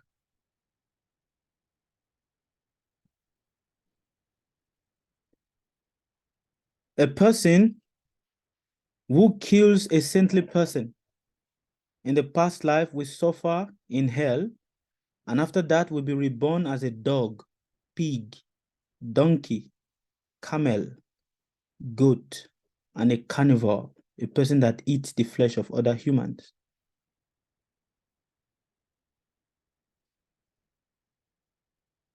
One who drinks alcohol. Can you repeat that one before you go to the alcohol? Okay. Yeah. A person who drinks alcohol will be reborn as an insect, a worm, and I'm sorry. Does that mean if you taste? Does that mean if you taste, or you like before you just like occasional, maybe you taste it, maybe now you never do it One no more? who drinks alcohol means one who is addicted to drinking alcohol. Oh, okay. Okay. The person will be born as an insect, will be born as a worm, and also will be born as a bird that's feed on the excreta of animals. A person that have still gold in his past life will be reborn as a spider, crocodile, and a snake. So those spiders you see in your houses were once humans that have stolen gold. A person who engaged in sexual relationship with the wife of his teacher or anyone that has been a mentor will suffer, and also will be born as a flesh-eating animal like vulture and cruel animals like tigers. One who takes life of animals or life of any form will be reborn as a flesh-eating animal or bird. A person that eats forbidden food. What are forbidden food? Forbidden food are food that are offered to some certain spirit or ghosts. And one who goes to eat such food will be reborn as an insect in this lifetime.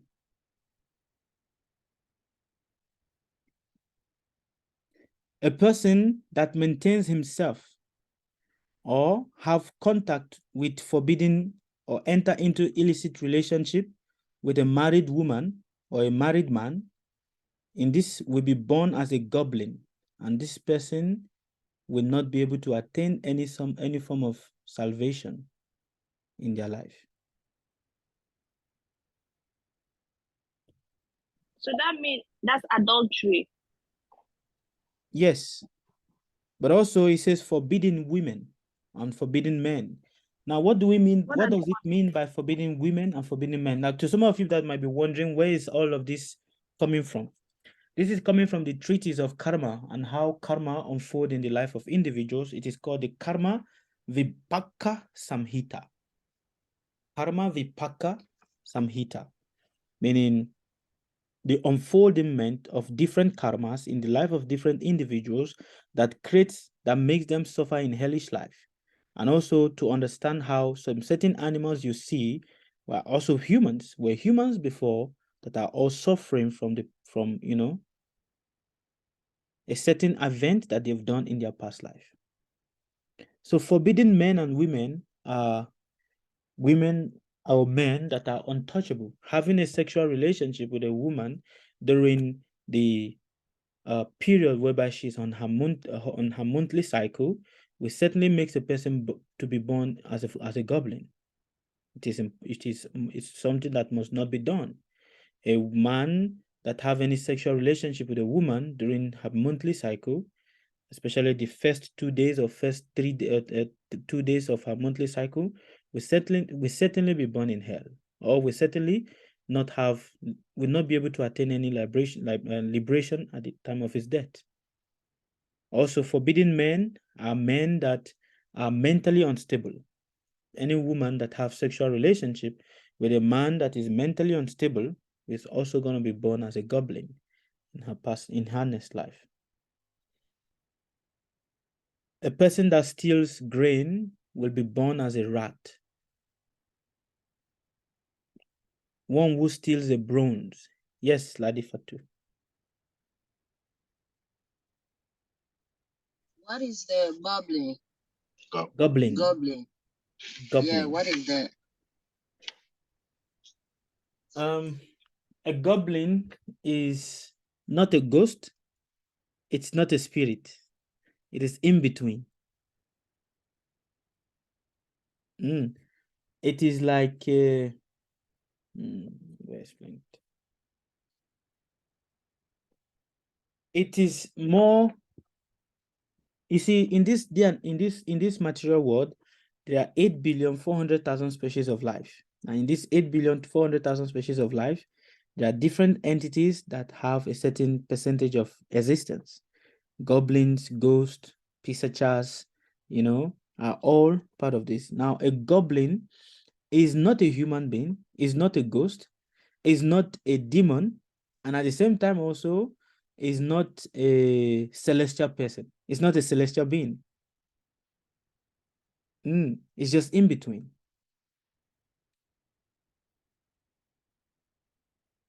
And some of these goblins are what in Africa we worship a lot.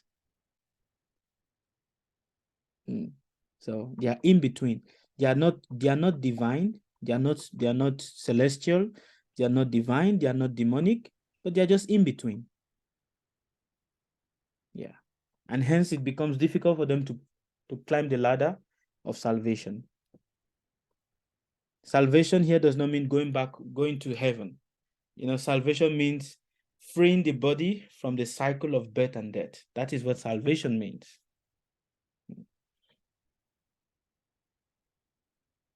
Okay. A person that steals water will be born as a bird.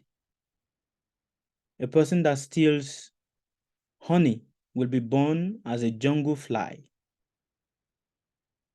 A person that steals milk will be born as a crow. And a person that steals juice will be born as a dog. And hence it is very, very important that one should not engage in any form of stealing. For doing this, put one in a lifetime of penury.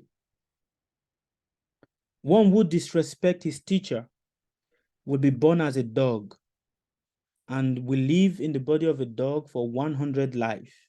And thereafter will be born as a man-eating human. Yeah. Have you seen a man-eating human being before?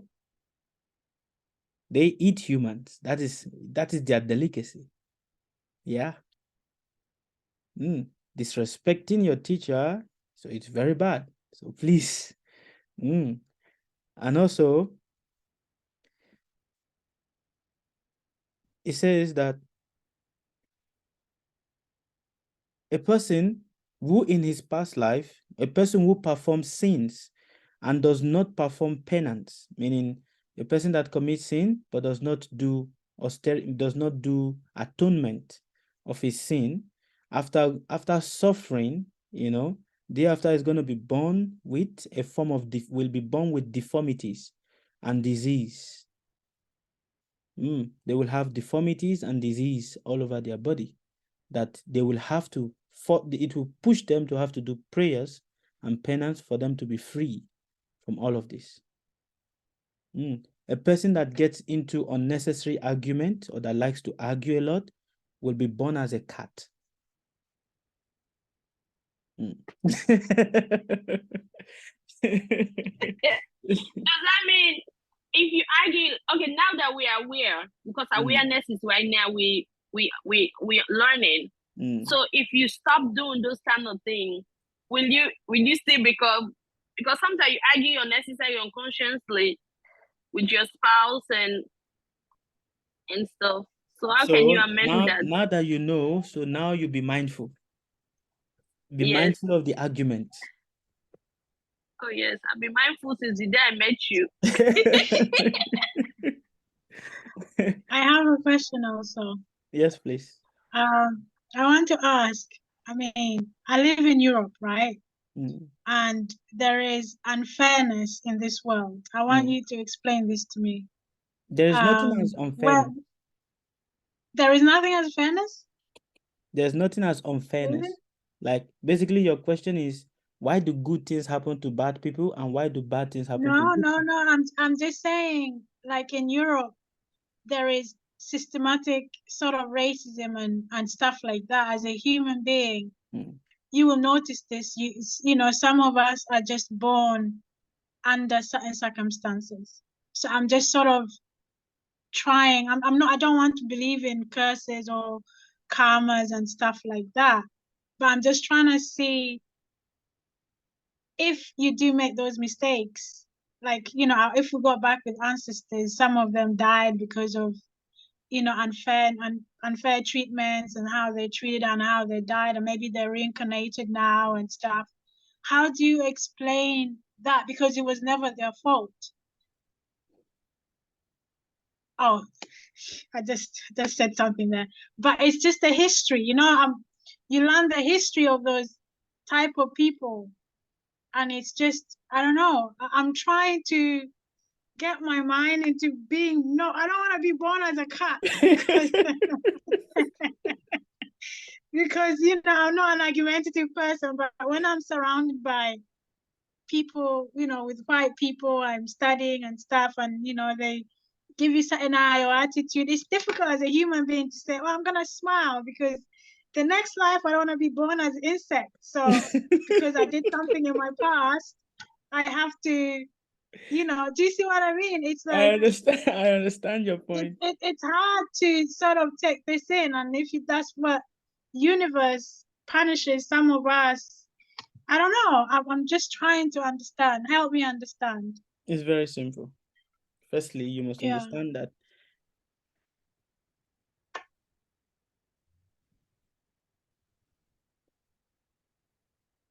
a lot of Africans that had so many experiences that they've experienced in their life about they were taken advantage of, they were beaten, they were sold as a slave, and all of that is because they, in a certain lifetime, they have also done the same thing to others. So it is what life, you should understand that life is nothing but a repetition of the same thing again and again and again and again and again and again and again. That is just what life is about. It's just a repetition of the same thing. Now, what is happening? The thing that is happening is the bodies are being shuffled. It's like when you have a pack of cards, and every time you are shuffling the card, it's still the same card, but you're just shuffling it. Now you are shuffling it. What is happening there? You are shuffling the different events, but the card is the card. Yeah. So when we speak about the inhumanity that has happened to, put it like African Americans in the US and, you know, the authorities and all of that, racism and everything like that. Racism happens to you when you yourself in your past life, you've been racist. Every single thing that is happening to us, every single thing, from how people look at us, how people reciprocate with us, how people smile with us, how people don't smile with us, how people, you know, whatever, everything that people have been doing is nothing but as a result of what we've done. And that is why there is this saying that how you lay your bed, that is how you are going to sleep on it. You reap what you sow. You don't expect to sow a corn and then you want to reap a rice. It's impossible. You reap what you sow. So a lot of Africans, I'm an African myself. A lot of Africans are reaping the event of what they've sowed in a certain lifetime. And because they are reaping that, life is nothing but just a shuffle of cards. The great reshuffling of cards. That is what is just happening again and again and again and again. Now, when you take it too seriously, you will get lost in the card. When you take it too seriously, then you get lost.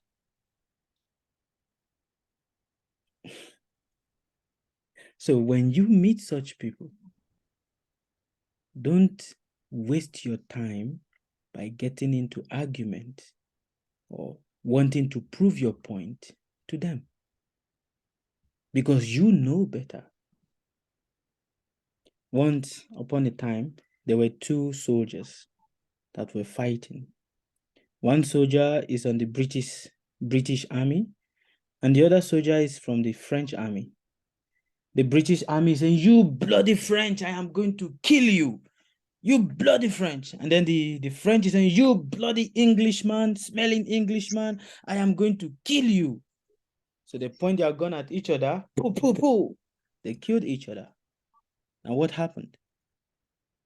The Frenchman became the Englishman became the Frenchman.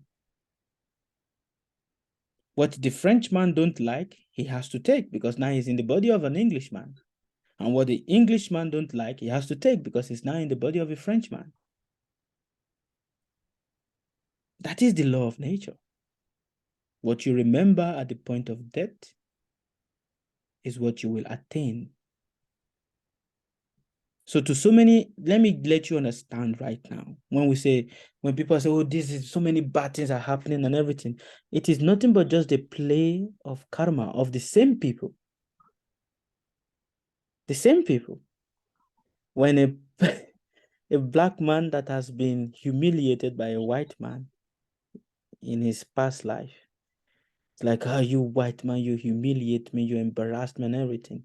In his next life, he's going to become a white man. And the white man will become the black man. And the white man will do the same thing to the black man that he did in a past life. So what is happening? What is the brutality? When we don't understand the laws of nature, we try to rationalize it with our limited knowledge. That is what we do. We try to use our limited knowledge to try to understand something that is far beyond us. And when we do that, we get lost. The husband is thinking that he's more intelligent than the wife, beats the wife, slaps the wife, embarrasses and humiliates the wife. When he dies, he's going to become the wife, and the wife become the husband. And the wife is going to do to the husband the same thing that the husband has done to her in the past life. He will beat the husband, humiliate the husband, and the husband is going to say, "Oh, what kind of a wife is this?" But no, it's nothing but just a play of karma. You reap what you sow. You sow what you reap. So when we start thinking that, "Oh no, why is this?" You see, the thing is, we try to rationalize God, or we try to understand God with our limited knowledge. But the way the universe has been so designed is a complicated machine, that the more you try to understand it, the more confused you will become, the more lost you will become. So there was once a man. He was a reverend father. This reverend father was very loved by everybody. Loved. So one day, this reverend father was coming to the church for the evening mass. And as he was coming, he was riding his bicycle. A lorry driver, not paying attention to what is happening, rammed into him and crushed him. His skull broke. And the church members, they were waiting. When is the father going to come? When is the father going to come? Time is going. Nobody's hearing. When is he going to come? And then they came to tell them in the church that, oh, the Reverend Father has died. He was rammed. They crushed his skull and all of that. He was rammed. And then everybody started fighting with the truck driver. You bad man, you bad man. Don't you see this holy man, this holy man? How can you kill this holy man? What has this holy man done? He's such an innocent man and everything. If he's such an innocent man, why did he have to die like that?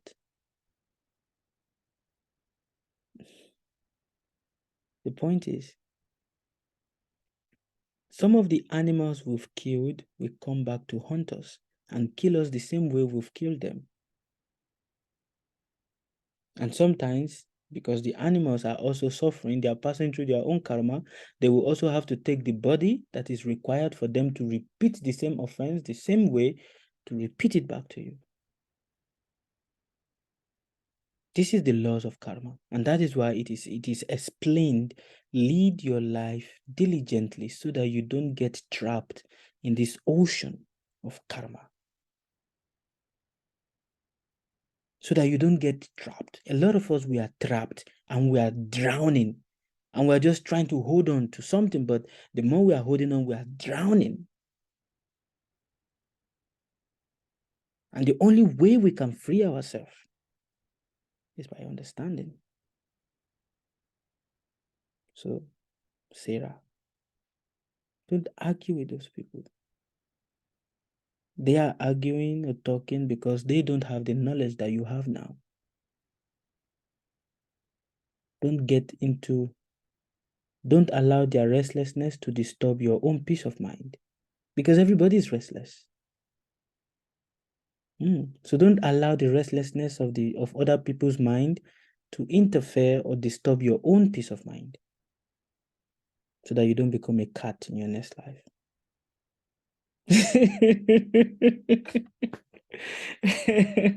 All right. Yes. Ladifatu, you've answered your question now? All right. Aya. So with what you were saying, so if a person was like a slave in one life, and then the next life, if they may have an opportunity to enslave this person that slaved them, then they could end the cycle by being compassionate, or by choosing not to do it. Yes. But on most cases, they don't do it because they don't have the knowledge. Mm-hmm. On most cases, it is about revenge. You did this to me, I'm going to come back and I'm going to do it to you back. Because the universe is going to give you the free will to be able to do it back to the person so that you can balance the scale. Everything is about balance. Okay, you've been unfairly treated. Okay, no problem. We're going to provide you a facility so that you can balance it. Now, when you tip it over with pure knowledge, then you free yourself from that cycle. Does it make sense? Mm-hmm. All right. Okay. Moving on. I have a question, Baba. Yes. Yes, I have experienced something back then. One of my uncle passed away. My aunt, they was so in pain. And then they said that the people, because it was something that they arranged to kill him. So they kill him. So they went and see this Babalawo to do something and put it in the grave for him to come back and avenge himself and kill all those people, even the people that only heard from it. So what is the karma that comes with such of thing? That kind of karma, this person does not get a better human body. He remains in the body of a ghost. Angry ghost. And this is an African practice that I see a lot of Africans they do, and it is based on ignorance. When a person dies, oh, he was killed, somebody has killed him, that is why he died. So they will put cutlass in the coffin so that the person can take the cutlass and go and start fighting. How is he gonna fight? In which way is he gonna fight? Take the cutlass and fight. This is mental poisoning. A lot of people are mentally poisoned. But what I noticed is those people that was involved in it, like 4 people have passed away. Yes, they will pass away. But is it the ghost of the person that is responsible for that? That's why I don't know. But It is not. we thought he was dead. It is not. Oh. It is the invocation. Some of us, we invoke some certain entities to do our bidding. The point you should observe is the life of the Babalawo that did that. How was his life? If he's alive, how did he die? Because what he did is he tried to interfere in the laws of nature. Anybody that interferes in the laws of nature will get heavily beaten. Heavily. The repercussion, it takes, except you are on the right path, then you can be free of the repercussion. But when you try to use the laws of nature in a forceful way or in a way that is not supposed to be used, like I said, it is not how you live your life that matters. It is how you die. How you die. That is what matters. So, if your uncle passed away the way he passed away, it is because he himself, he deserved it. There's nothing as, I don't deserve this. There's nothing as that.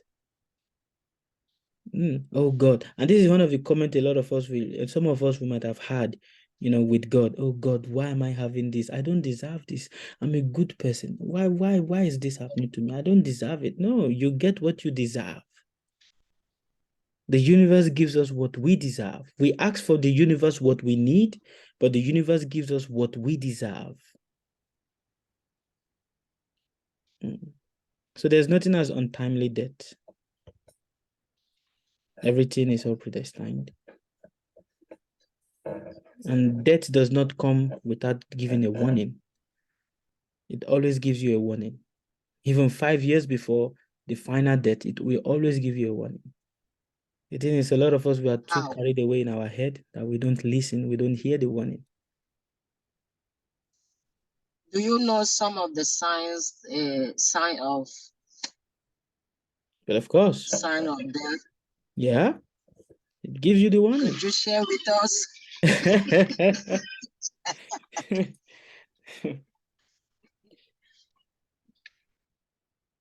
Once there was a friend.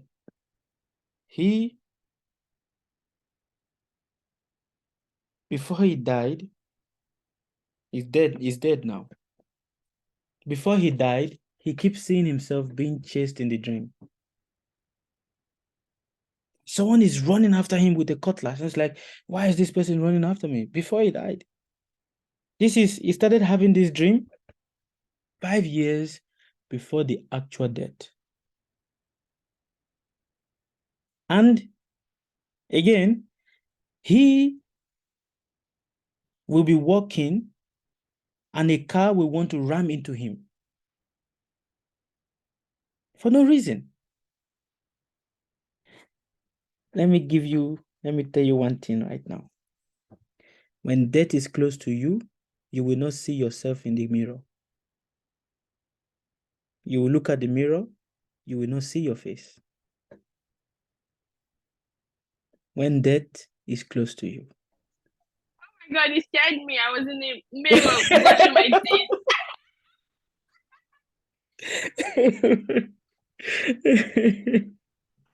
But it is the truth.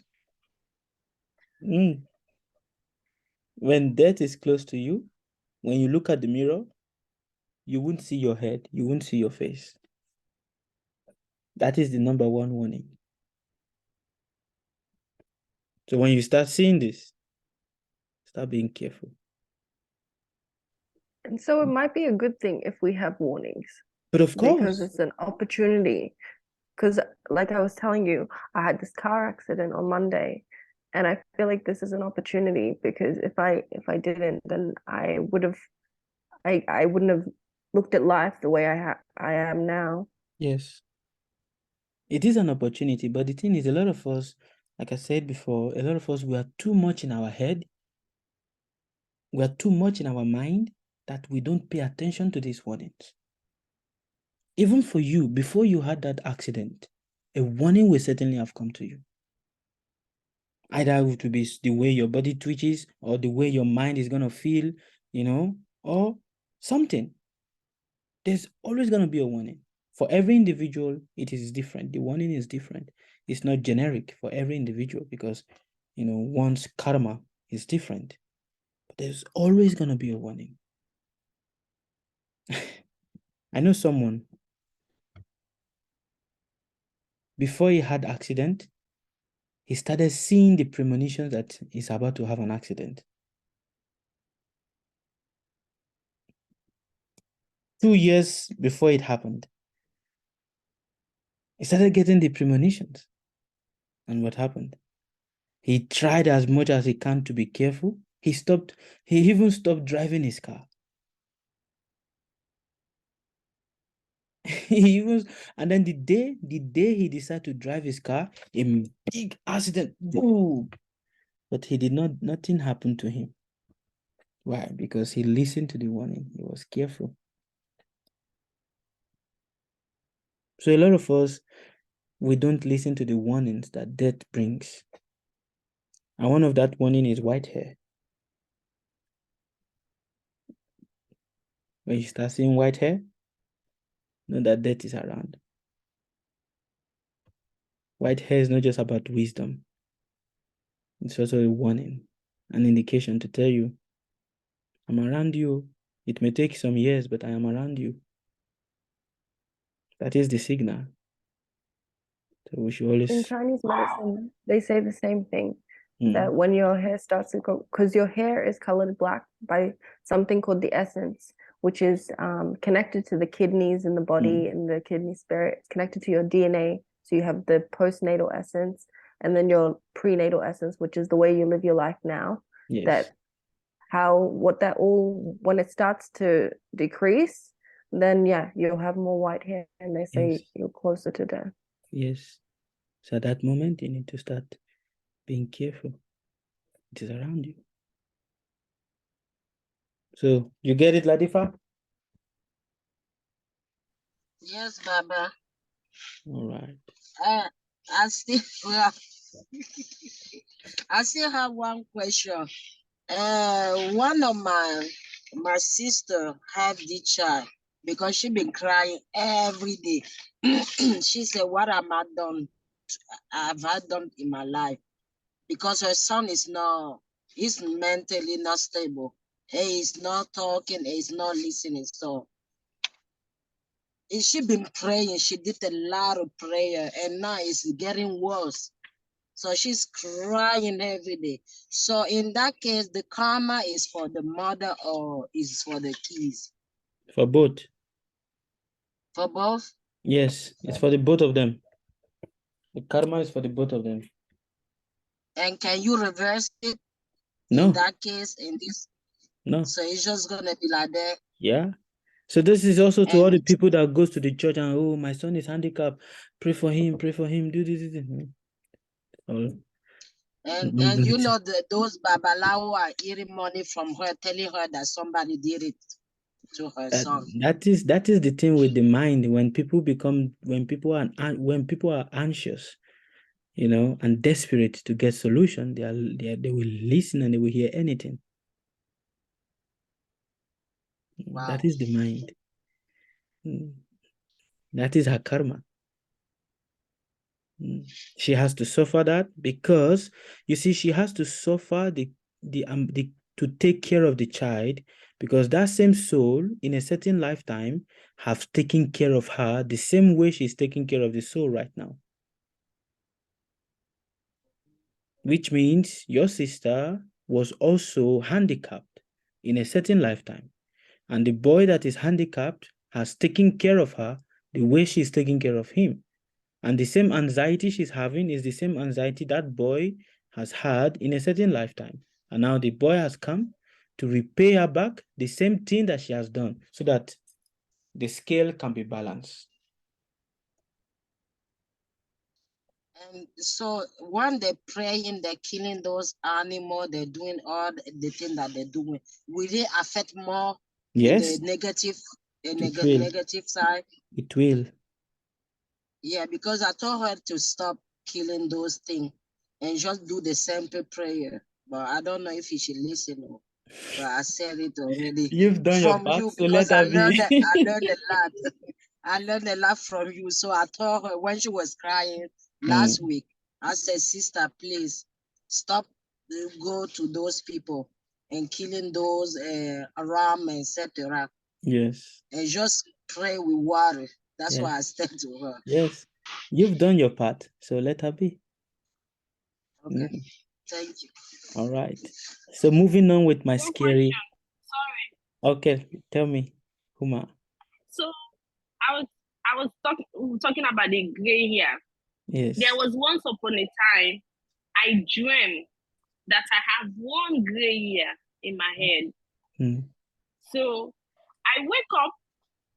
So I was combing my hair. At that time, I have a long hair. I was combing my hair. Then I saw this one gray hair. So I was like, I was scared.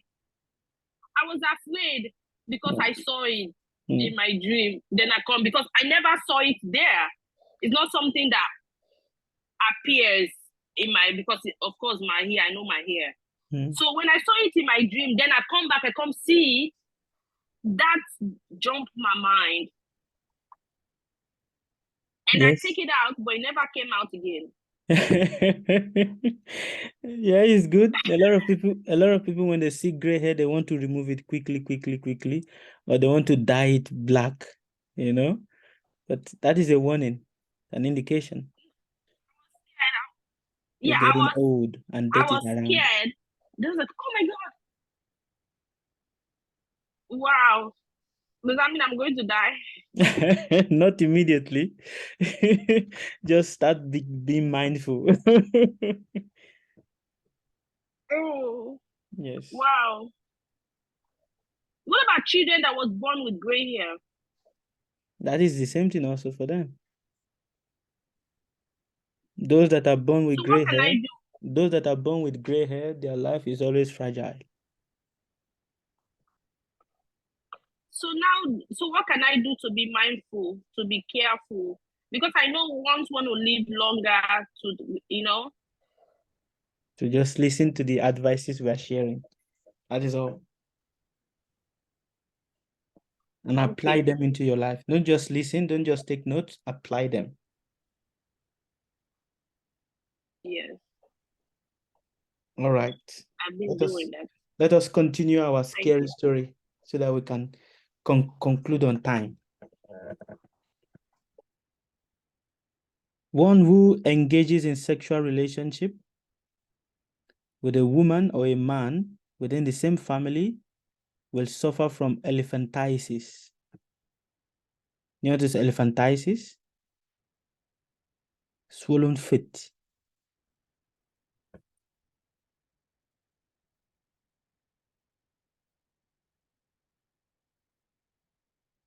A person that gossip in his next life or in this lifetime will have a bad. Sorry, can you repeat? Sorry, can you repeat the other one? The sexual relationship with family one. Yes, a person that have sexual relationship with women within the same family will suffer from elephantiasis. And what's elephantiasis? Big swollen feet. Oh, okay. Thanks. Thank you. No problem. A person that gossip in the past life, in this lifetime, will be born with foul-smelling mouth odor.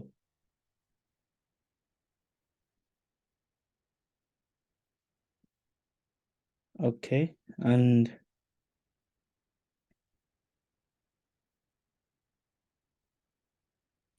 a person that kills or harasses his father will suffer from nervous breakdown and disorders of the body. The one before that? Sorry. The gossip. The Which gossip one? what did you say about it? The gossip. The gossip. A person that gossip will emanate foul mouth odor from his mouth in his next life, which was also this lifetime. So please don't gossip. Avoid it. Run from it. One who harasses his father will suffer from congenital nervous disorder, such as paralysis and cerebral palsy. You see, people that have cerebral palsy, it is because in their past life, they've harassed their father. So be mindful. A person that harasses his mother will be born blind. One who harasses the sister will be born deaf. And a person that harasses brothers will be born dumb.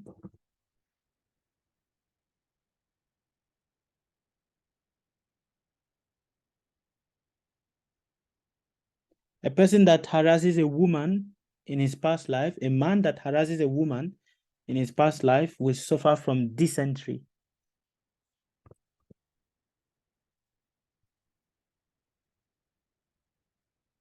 What does that mean? Dysentery. You know what it is? How do I explain it? Who's the nurse? Huma, you are the nurse here. Dysentery. Diarrhea. Yes. You suffer from diarrhea. And a person that does not give food to others in this lifetime will suffer from indigestion. Will always suffer from indigestion and gastric problems.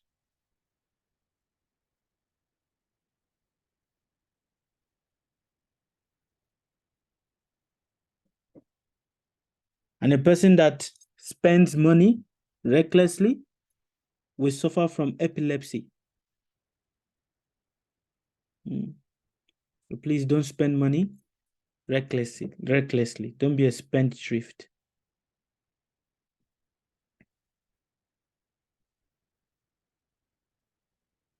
A person that has made a woman or an animal to have abortion will have problem with the liver, with their liver and spleen. Anyone that has been rude in their speech will be born handicapped.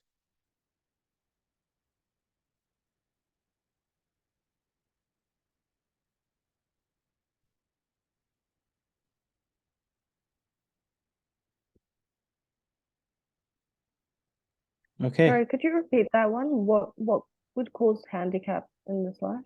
Is he handicapped? Handicapped. What will cause that from a past life? One who is rude in speech. Okay. One who is rude in speech will be born handicapped. And a person that steals medicine in the past life will be born and will suffer from severe migraine.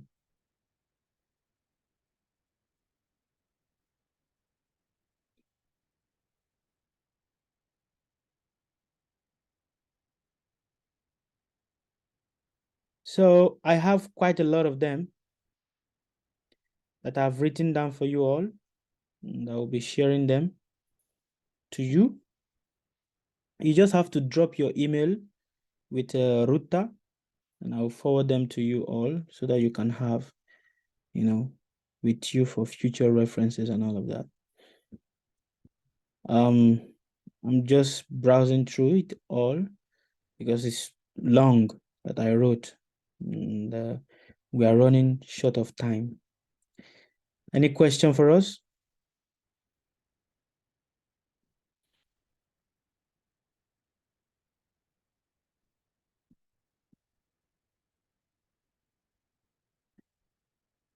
Nana, I've not heard from you.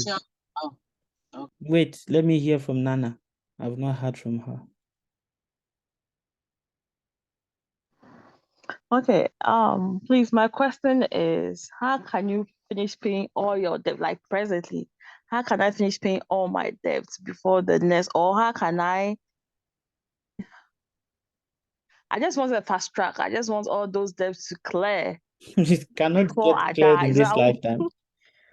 It cannot get cleared in this lifetime. You know how many life that we are talking about? Are we talking about this life or the next life or previous life or previous life before that? It can't get cleared in this lifetime. But you can and I start get a question. you can start the process now. Okay. And what is the process? Avoiding what we're explaining and trying to lead a more mindful life. You see, what is the cause of sin? The cause of sin is we don't live a life of caution and mindfulness. So when we start living a life of mindfulness, then where is the sin going to come from?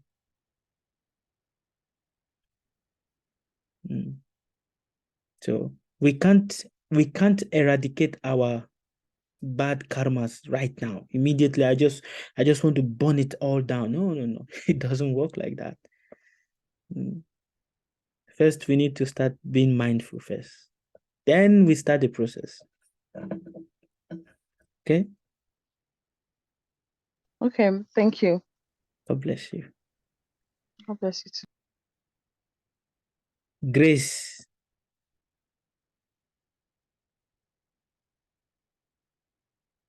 Okay. She's Mrisha.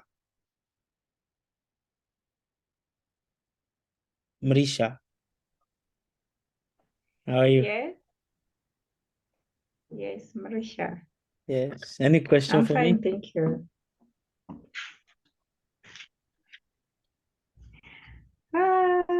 No. Okay. I had a personal question. All right. You see, my mother left us when we were very young. She just left. I think now it's 25 years without knowing anything about her. And I always feel like it's not a normal thing because I cannot leave my children, even for one day. Sometimes I'm even scared. I might leave my kids because it's not normal. And then my father died when we were very young. So we did not have any chance. We did not get even the love from our parents. Why is it so? I don't know. Karma. Yes. No, There's what is today I've called conjoined karma. What is called conjoined karma? Conjoined karma means it is not only you that is going to suffer it, but other people with a similar fate will also suffer it. And that is why you will see that a group of people all gathered together in the aeroplane, they don't know themselves. They're just going to one particular destination, but they just gathered together in the aeroplane and the aeroplane caught fire and all of them died. So what is that karma? The universe arranged it in such a way that, okay, you all have the same offenses that you've done in your past life. So I'm going to gather you all together and punish you all at one go. That is what is called conjoined karma. The same thing you will see in a prison house. In a prison house, you will see different varieties of people in the prison house. And everybody is all serving their sentences differently. But they are living in one place. Why? Because the universe has gathered them together. Okay, you all have something similar. It has gathered them all together to punish them all simultaneously. So a lot of us, we have conjoined karma with our siblings, with our fathers, with our parents, because of some certain things that we've done. To those people that are acting as our parents, or to those souls that are acting as our parents, that needs to be eradicated. And hence we are born by them, and we have to suffer the same continuous karma just to free ourselves of that debt. But now when the mind starts rationalizing it, oh, this is unfair. Why do I have to suffer like this? My parents, my mama, my father, me, my siblings, why? That is the mind, because a lot of us, we act with our emotion, we don't act with our intelligence. I understand. And acting with our emotion is very, very bad. So this is conjoined karma. It is karma. Just like you cannot leave your daughter. Why? Because your daughter has a karma with you. And you will only be able to leave her only until after that karma is finished. Okay? Okay. Thank you I for the understand. wonderful question. Thank you too. God bless you. Can I ask a question? Yes, you can. Thank you. Just following up with a question with Marisha, similar, not too similar, but I wanted to ask, sometimes, you know, when you're born and you look like somebody in the family, and that person in the family, for instance, my mom, she suffered some type of discomfort from, I think, my dad's side, and I look like the auntie that, you know, she made her suffer. I don't know, you know. So it's like every time she looks at me, she sees her. Do you think sometimes you don't connect with your family member or your mother or your father because maybe the person that, you know, you got tortured, your mother or father, is the one right next to you, and so that's why you don't get along with them because you have same It's not because of personalities? that. Or No, it's not because of that.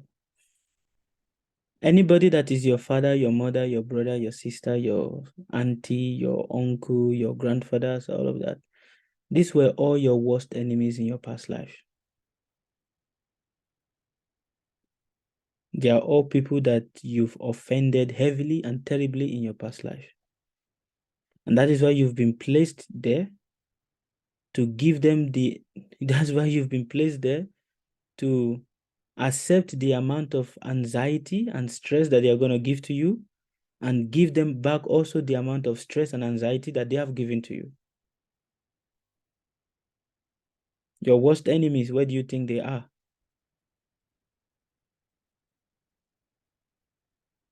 You think they are among your friends? No, your family.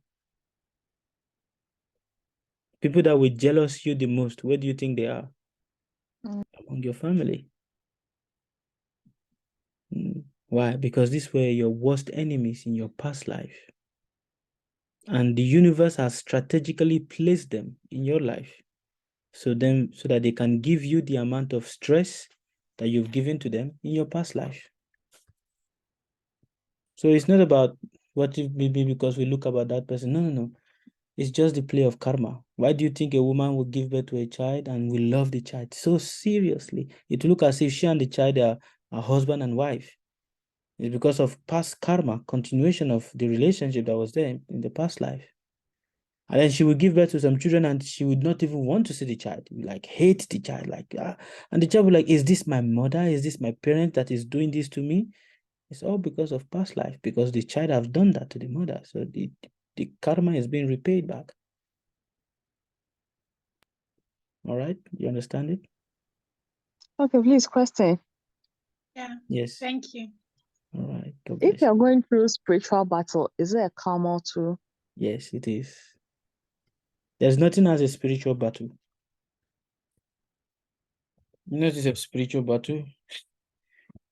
the devil is working, my family people. No, there's nothing as that. People work according to what you've done in your past life. And that is why the most important thing is to connect to our ancestors. Because by connecting with them, they help us, to free the burden of the mind. Do you understand? Yeah. Just to follow up on the ancestors, some ancestors, are they good or bad? No, not all ancestors are good. Because some ancestors, they themselves, they are suffering. They are in hell.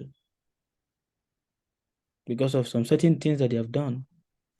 And that is why it is said, the person that kills a person will suffer with his ancestors in hell for 100 years. And after suffering in hell for 100 years, will not even get liberation. So some ancestors are not good because they've committed a lot of crime. And that is why you will see the people that suffers the most are the children of the politicians and the children of the of kings. They suffer the most. Why? Because they have a heavy karma. When their ancestors have done some certain things that is terrible, their descendants suffer terribly. You guys follow? Yes. All right. I have a question. Yes. One more question. Sorry. Does that mean, okay, like I'm supposed to go, I have an interview this is personal question, in the prison. Does that mean it's a karma for me to go work there? Yes, it is a karma. Yes. Because Aries County is a good, like a state job. But the thing is, since it's a prison, you're gonna work with prisoner people that are going to be sentenced. Then now that we're doing this, I'm saying, is that a karma for me to even take this interview? Yes, it because is. right now I have 2 interviews waiting for me. One in emergency room, not one in the prison. I was like, is it a karma? It is. It is. For it to come to you, the one that is going to stick with you, it is a karma. Wow. I pray they don't take me.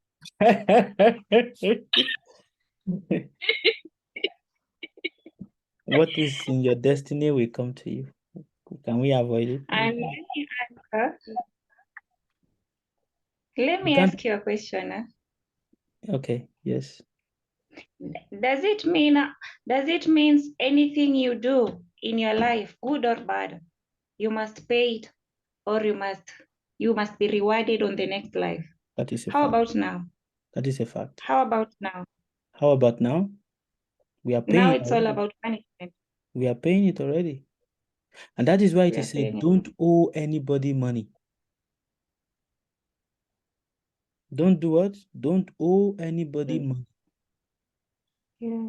Because if you owe, that amount you owe in your next life, you will pay 10 times more. When I mean 10 times more, imagine you owe a person $1,000 and you did not pay. In your next life, you will pay 10 times of $1,000. What if you forgive them? They die. You forgive them. It's okay. I forgive them. Let them go with it. You will pay it. There's nothing about forgiving. Once upon a time, there was a man. He wanted to do business. So he went to meet a man. He went to meet his friend. Please, can you borrow me some money? I want to do some business. When I start this business and the business start moving, I am going to come and pay you back, the money. The friend said, okay, not a problem. He gave him the money. He went to start the business. The business started moving. And he did not come on time to pay back the money. So the friend died. So when the friend died, he went to his family, to the friend's family, but nobody is there to receive the money from him. So he took the money back home. The friend that died was born as the son of this man that took money from him in his past life. And the boy grew up, and what did he do? He spent all the money that the father has accumulated all through his life. All the money. He's finished it. And then the father was distressed, like, why? What kind of a child is this? He went out to ask, and they told him, no, this child was actually your friend that you borrowed money from in your past life, and you did not pay back the money on time. So now he has come to take back everything. Everything. So pay your debt. Pay your debt. Else you will pay 10 times of it. Pay your debt. Don't owe any debt. Doesn't matter if it's a big one or small one. Pay it off. It is better people owe you than you owing people. Because in your next life, they will have to come and pay you 10 times of it. How about, I normally see when a Muslim dies, and maybe the person owes someone money, the family comes and pay. Well, yes. Why did you think they do that? Why do you think they do that? So as to free the person so that he doesn't pay the debt in his next life. No, I understand now. But the family coming to pay it also still does not have any sense, because he did not pay it to the person physically before he died. Aya. I was curious about so reading the karma of someone's life, you can read this in the chart and in the palms. So for example, I have in Vedic astrology the moon in the 8th house with Saturn in Aquarius. And with Saturn with the mind, I think it can be, I've learned that it can be difficult. Sorry?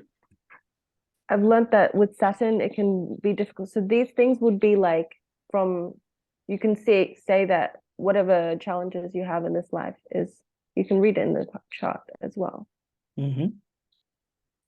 But the planet Saturn is more about the judge that gives you the punishment that you deserve. The moon is your emotion. And it's also a significator of your mother. So if you have the moon in the 8th house in Aquarius, then it means you have your relationship with mother either will be hidden, or you will have a mother that might be emotionally strict, because moon is in Aquarius. Aquarius is the sign of strictness. It also means you may have a mother that is interested or spiritually inclined, because the 8th house is the house of mysticism. It is the house of, hidden things. But also the 8th house is also the house of in-laws. It is the house of the netherworld after death. That is the 8th house. What do you find in hidden things? When a person is dead, where do they bury him? Do they bury him on the surface? They hide him. That is the 8th house. So it's good. All right. Okay.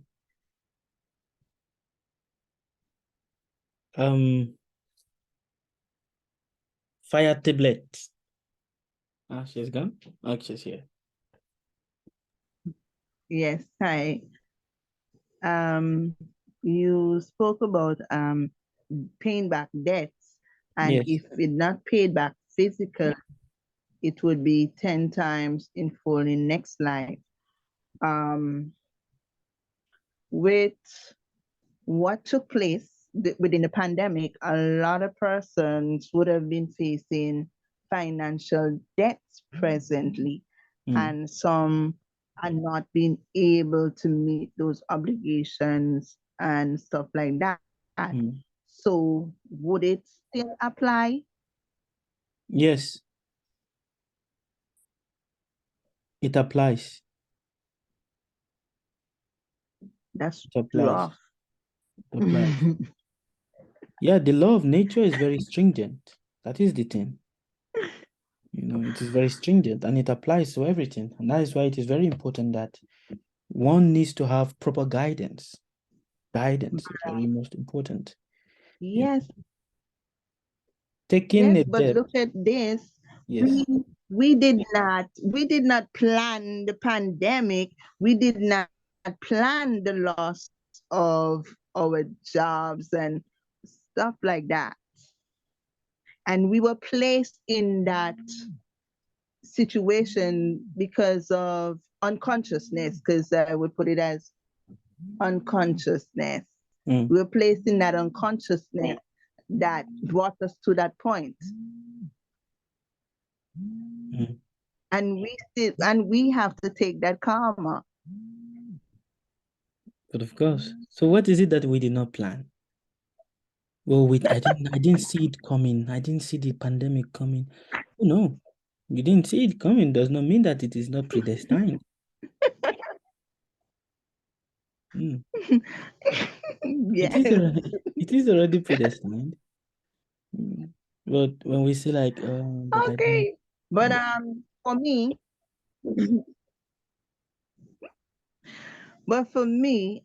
in my birth chart, I face partnership and those contracts, right? So I've become aware of these things so I'm presently trying to work at them because Saturn sits right in my 7th house. So I know what I have to do and all of that. Saturn sitting in your 7th house. In what sign? Yes.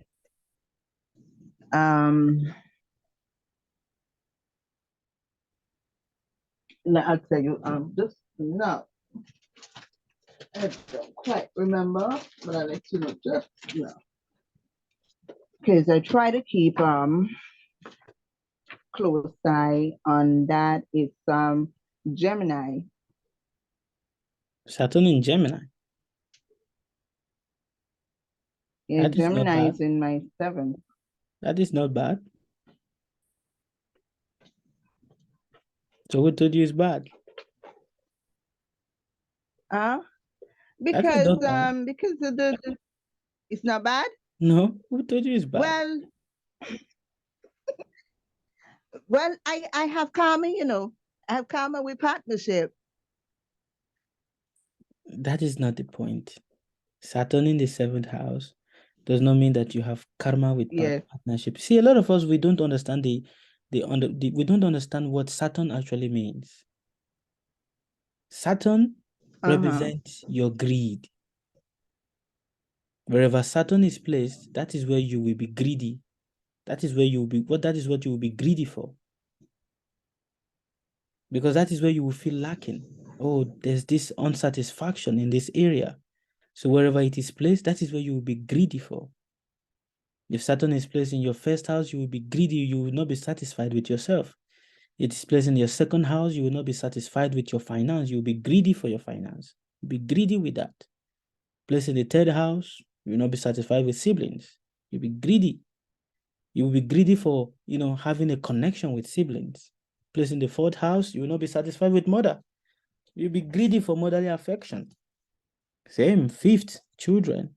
Be greedy because Saturn represents our greed.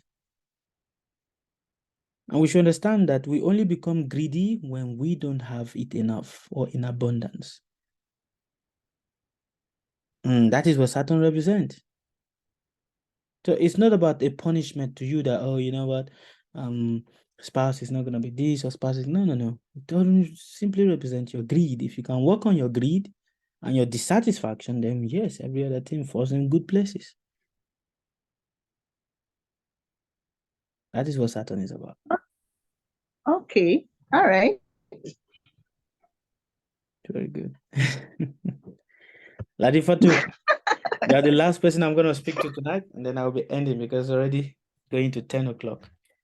Past 11 o'clock. Wow, amazing.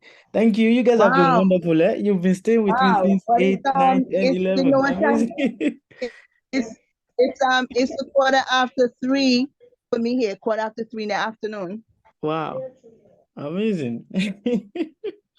Means I'm I'm all the grateful. way. I'm grateful. I'm It in means the that Caribbean. it means that for you guys to stay with me all through to this time, it means that I was not just boring you off. So I'm grateful. I'm in the Caribbean. I'm in Antigua. Ah, wonderful. Antigua. Amazing. God Yes. bless you. I was just browsing TikTok, and there this bubbly face guy popped up on my page, and I said, wow, I like what he has to offer.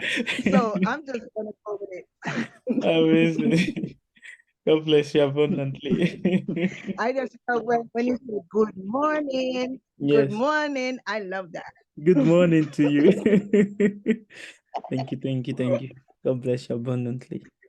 Yes, Latifa, ask me your question. I love it. And I've already signed up for the next class. So I'll be in on the next class. Thank you. I feel encouraged by all of you. Thank you. Latifa. Yes, Baba, my question is this. Since you said there are some bad ancestors and good ones, how do you know which one you are working with? And when you say, okay, I call upon my ancestor, I give you water. I call when you do prayer. So do you, I don't know if I'm putting it one. So does it make a difference who will come, the good one or the bad one? Yes, it makes a difference. Okay. It makes a difference because let me understand the concept of giving water to your ancestors. The concept is when you take a cup and you call my ancestors, for example, you say, Om Magachantume Pitara Imam Grihanantu Jalam Jalim, meaning my ancestors, wherever you are, suffering in hell or enjoying in heaven, I humbly beg you, come and accept this water for me. And then when you offer water, you are not just offering water to just any ancestors that is connected to you in just your past life. No, you are offering water to all the ancestors that have been connected to you from the very beginning your soul has been in existence. And that water that you are offering to them, it goes to wherever direction that they are. To those that are suffering in hell, I offer water to you. Let you be satisfied. To those that are enjoying in heaven, I offer water to you. Let you be satisfied. So offering water to your ancestors, actually that is the essence. Because some ancestors have done some certain things that has put them in a hellish position. And us, the generation, are suffering because of the mistakes that our ancestors have done. So when we offer water to them, it is to help them from the hellish position that they are, that they can be pacified, they can be free, and they can be peaceful in the hellish position that they are. And we, their descendants, can also be mentally peaceful, and our way can be open. Do you understand? So when you do that, does it help the whole family, or it's just gonna be only on your side? On your side. On your side. Hello, sir. Yes. Hello, sir. One more thing. Yes. Okay. Before this seminar last night, I just want to tell you my dream before I end the call. Okay. You was in you have a seminar in a big congregation, you know, where they have this football. So I came you was on top of the stairs, you know, on the stage. People were down, people were coming up. So I came up there, I was like, wow, a lot of people show up, like million people. So then you told me, you said you can come to the live, or you can be Zoom if you don't have time. You can go to the Zoom, because I'm live on the Zoom. I'm live here, but I'm going to be here. It's like a lot of people. Then when I wake up, I say maybe I'm thinking about the seminar today. So I don't know. Yes, you are seeing the future. Yeah, I was like, wow, these are a lot of people. And then you have that clothes that you wrap around you, the Yes. wrapper. Yes. That's what you wrap on. It was a brown one. Yes. Then you have this smile on your face. A lot of people were coming up the stairs to your seminar. Yes. That is the future. Okay. It is because this happens when we develop a strong connection. See, when we have a mentor and we develop a strong connection with the mentor, because of this spiritual strength that is around the mentor, it opens our eye to see the unseeable. And that is why there is a prayer that says, it is only by the mercy of my spiritual master that I can cross over the ocean of the impossible. Okay. Without the mercy of my spiritual master, I can't do anything. So you are fortunate. Homa. Oh, thank you. I think because of that prayer you give me, I've been praying it. Yes. Every morning. Continue. Do it every time. Thank you. Thank you. Bless you. God bless you. God bless you. So, Ladi Fatu, Sarah. I also have a dream. Yes. I want you to interpret for me, please. Yes. Okay, just a few weeks ago, I had a dream. I was outside my compound with my kids. We were just outside my compound, and then there was two small snakes, the golden snakes. They were playing. Actually, they were very happy playing, and we were laughing, looking at the snakes. We were just comfortable. You know, when you dream about snake, you always wake up scared. I was not scared. I was Dreaming very about comfortable. snake Even is a my good dream. It's a good dream. It means money. It means money. Yeah. The golden, two beautiful golden snakes. Yeah, it means money. Money, and it means intuition. It's a good dream.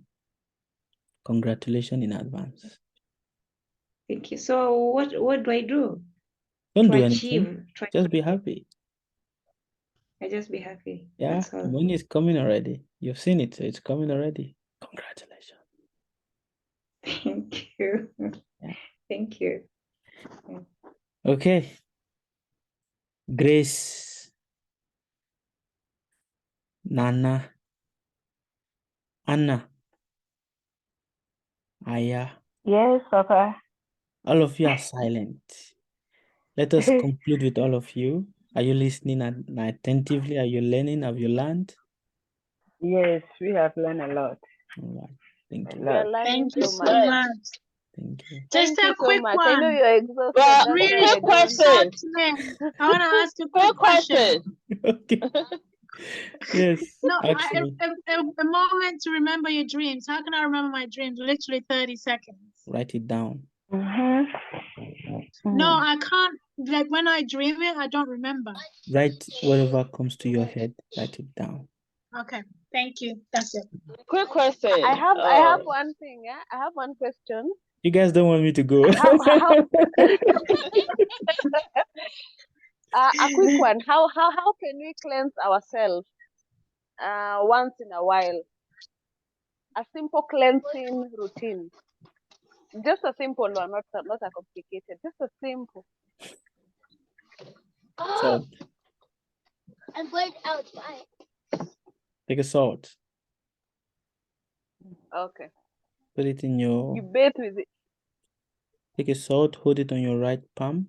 Hold it to your right big toe. And use it to pray connect to your ancestors and use it to pray. This will So help cleanse you and purify you.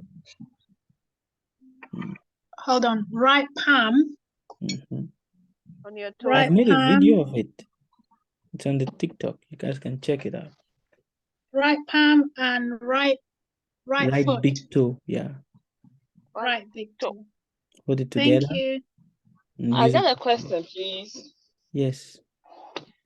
Yeah, my question is, you said everything that like comes into our mind is from our past destiny, our past life, that it's reoccurring in our mind or in our life. So sometimes when you think about something, the thing happens. Is that one too from your past life, or But what of is it course. about, please? Is there anything that is not from your past? I'm here with all of you is because I'm from your past.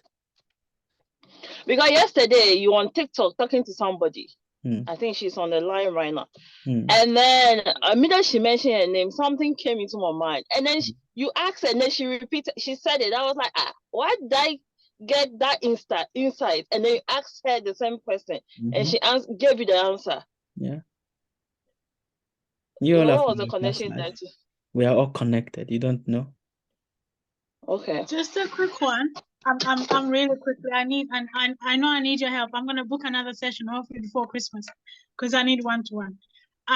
Remember last time when I told you on TikTok how I can remember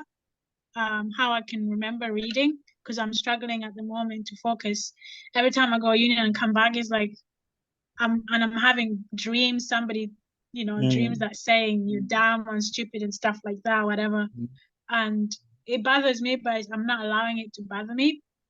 But after I spoke to you, I slept and I had a dream and you were in my room sitting down, like watching me.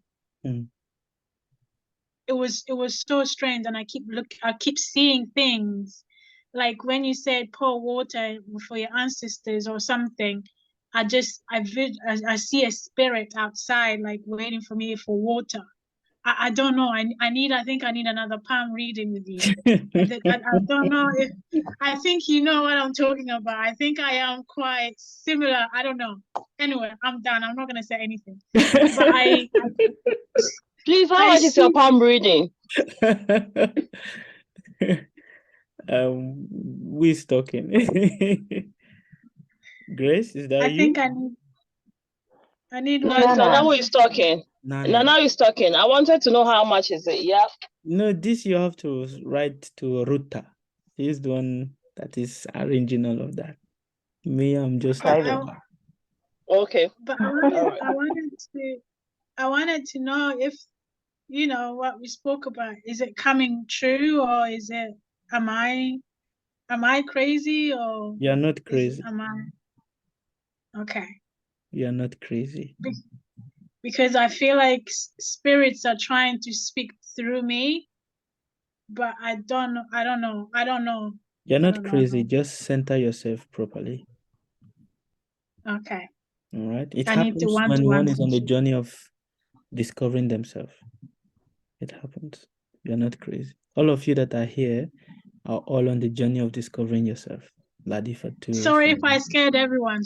Now, all of you. I have a question. Wait, let me answer Anna's question first. Okay, thank you. Yes, Anna. No, I was asking about how much. You've already answered me, please. Okay. No, it is. Thank you. Okay.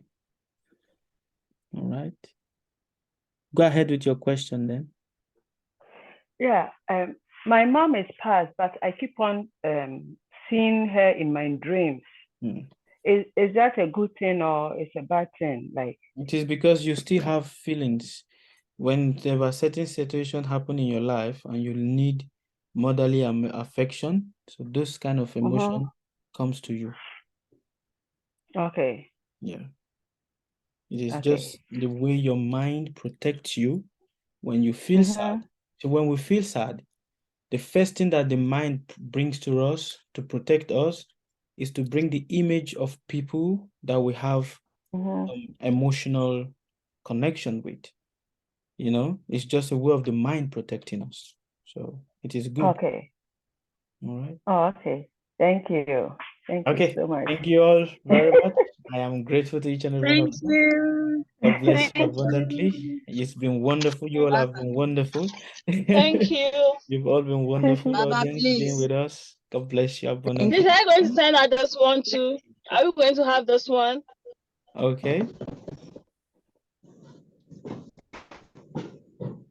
Are you going to send out this recording? Yes, yes, yes. I will be sending it to you guys. All right. Okay. Even I'll the send you the last link. one, Baba. I sent you already. You didn't get it? No, you did not. Are you? I didn't Okay. get it. I'll I didn't send you get it. again. I will send you again. We So did thank you all. I'll be sending you all Thank the you. recordings, and kindly send Thank Ruta you. your email address so that I can send you the document so that you guys can have with you and read. God bless you. Have a wonderful day. And, good night. Thank And you, Bless Baba. you too. bye-bye. Thank you. Thank Thank you. you, everyone. All right. Thank you.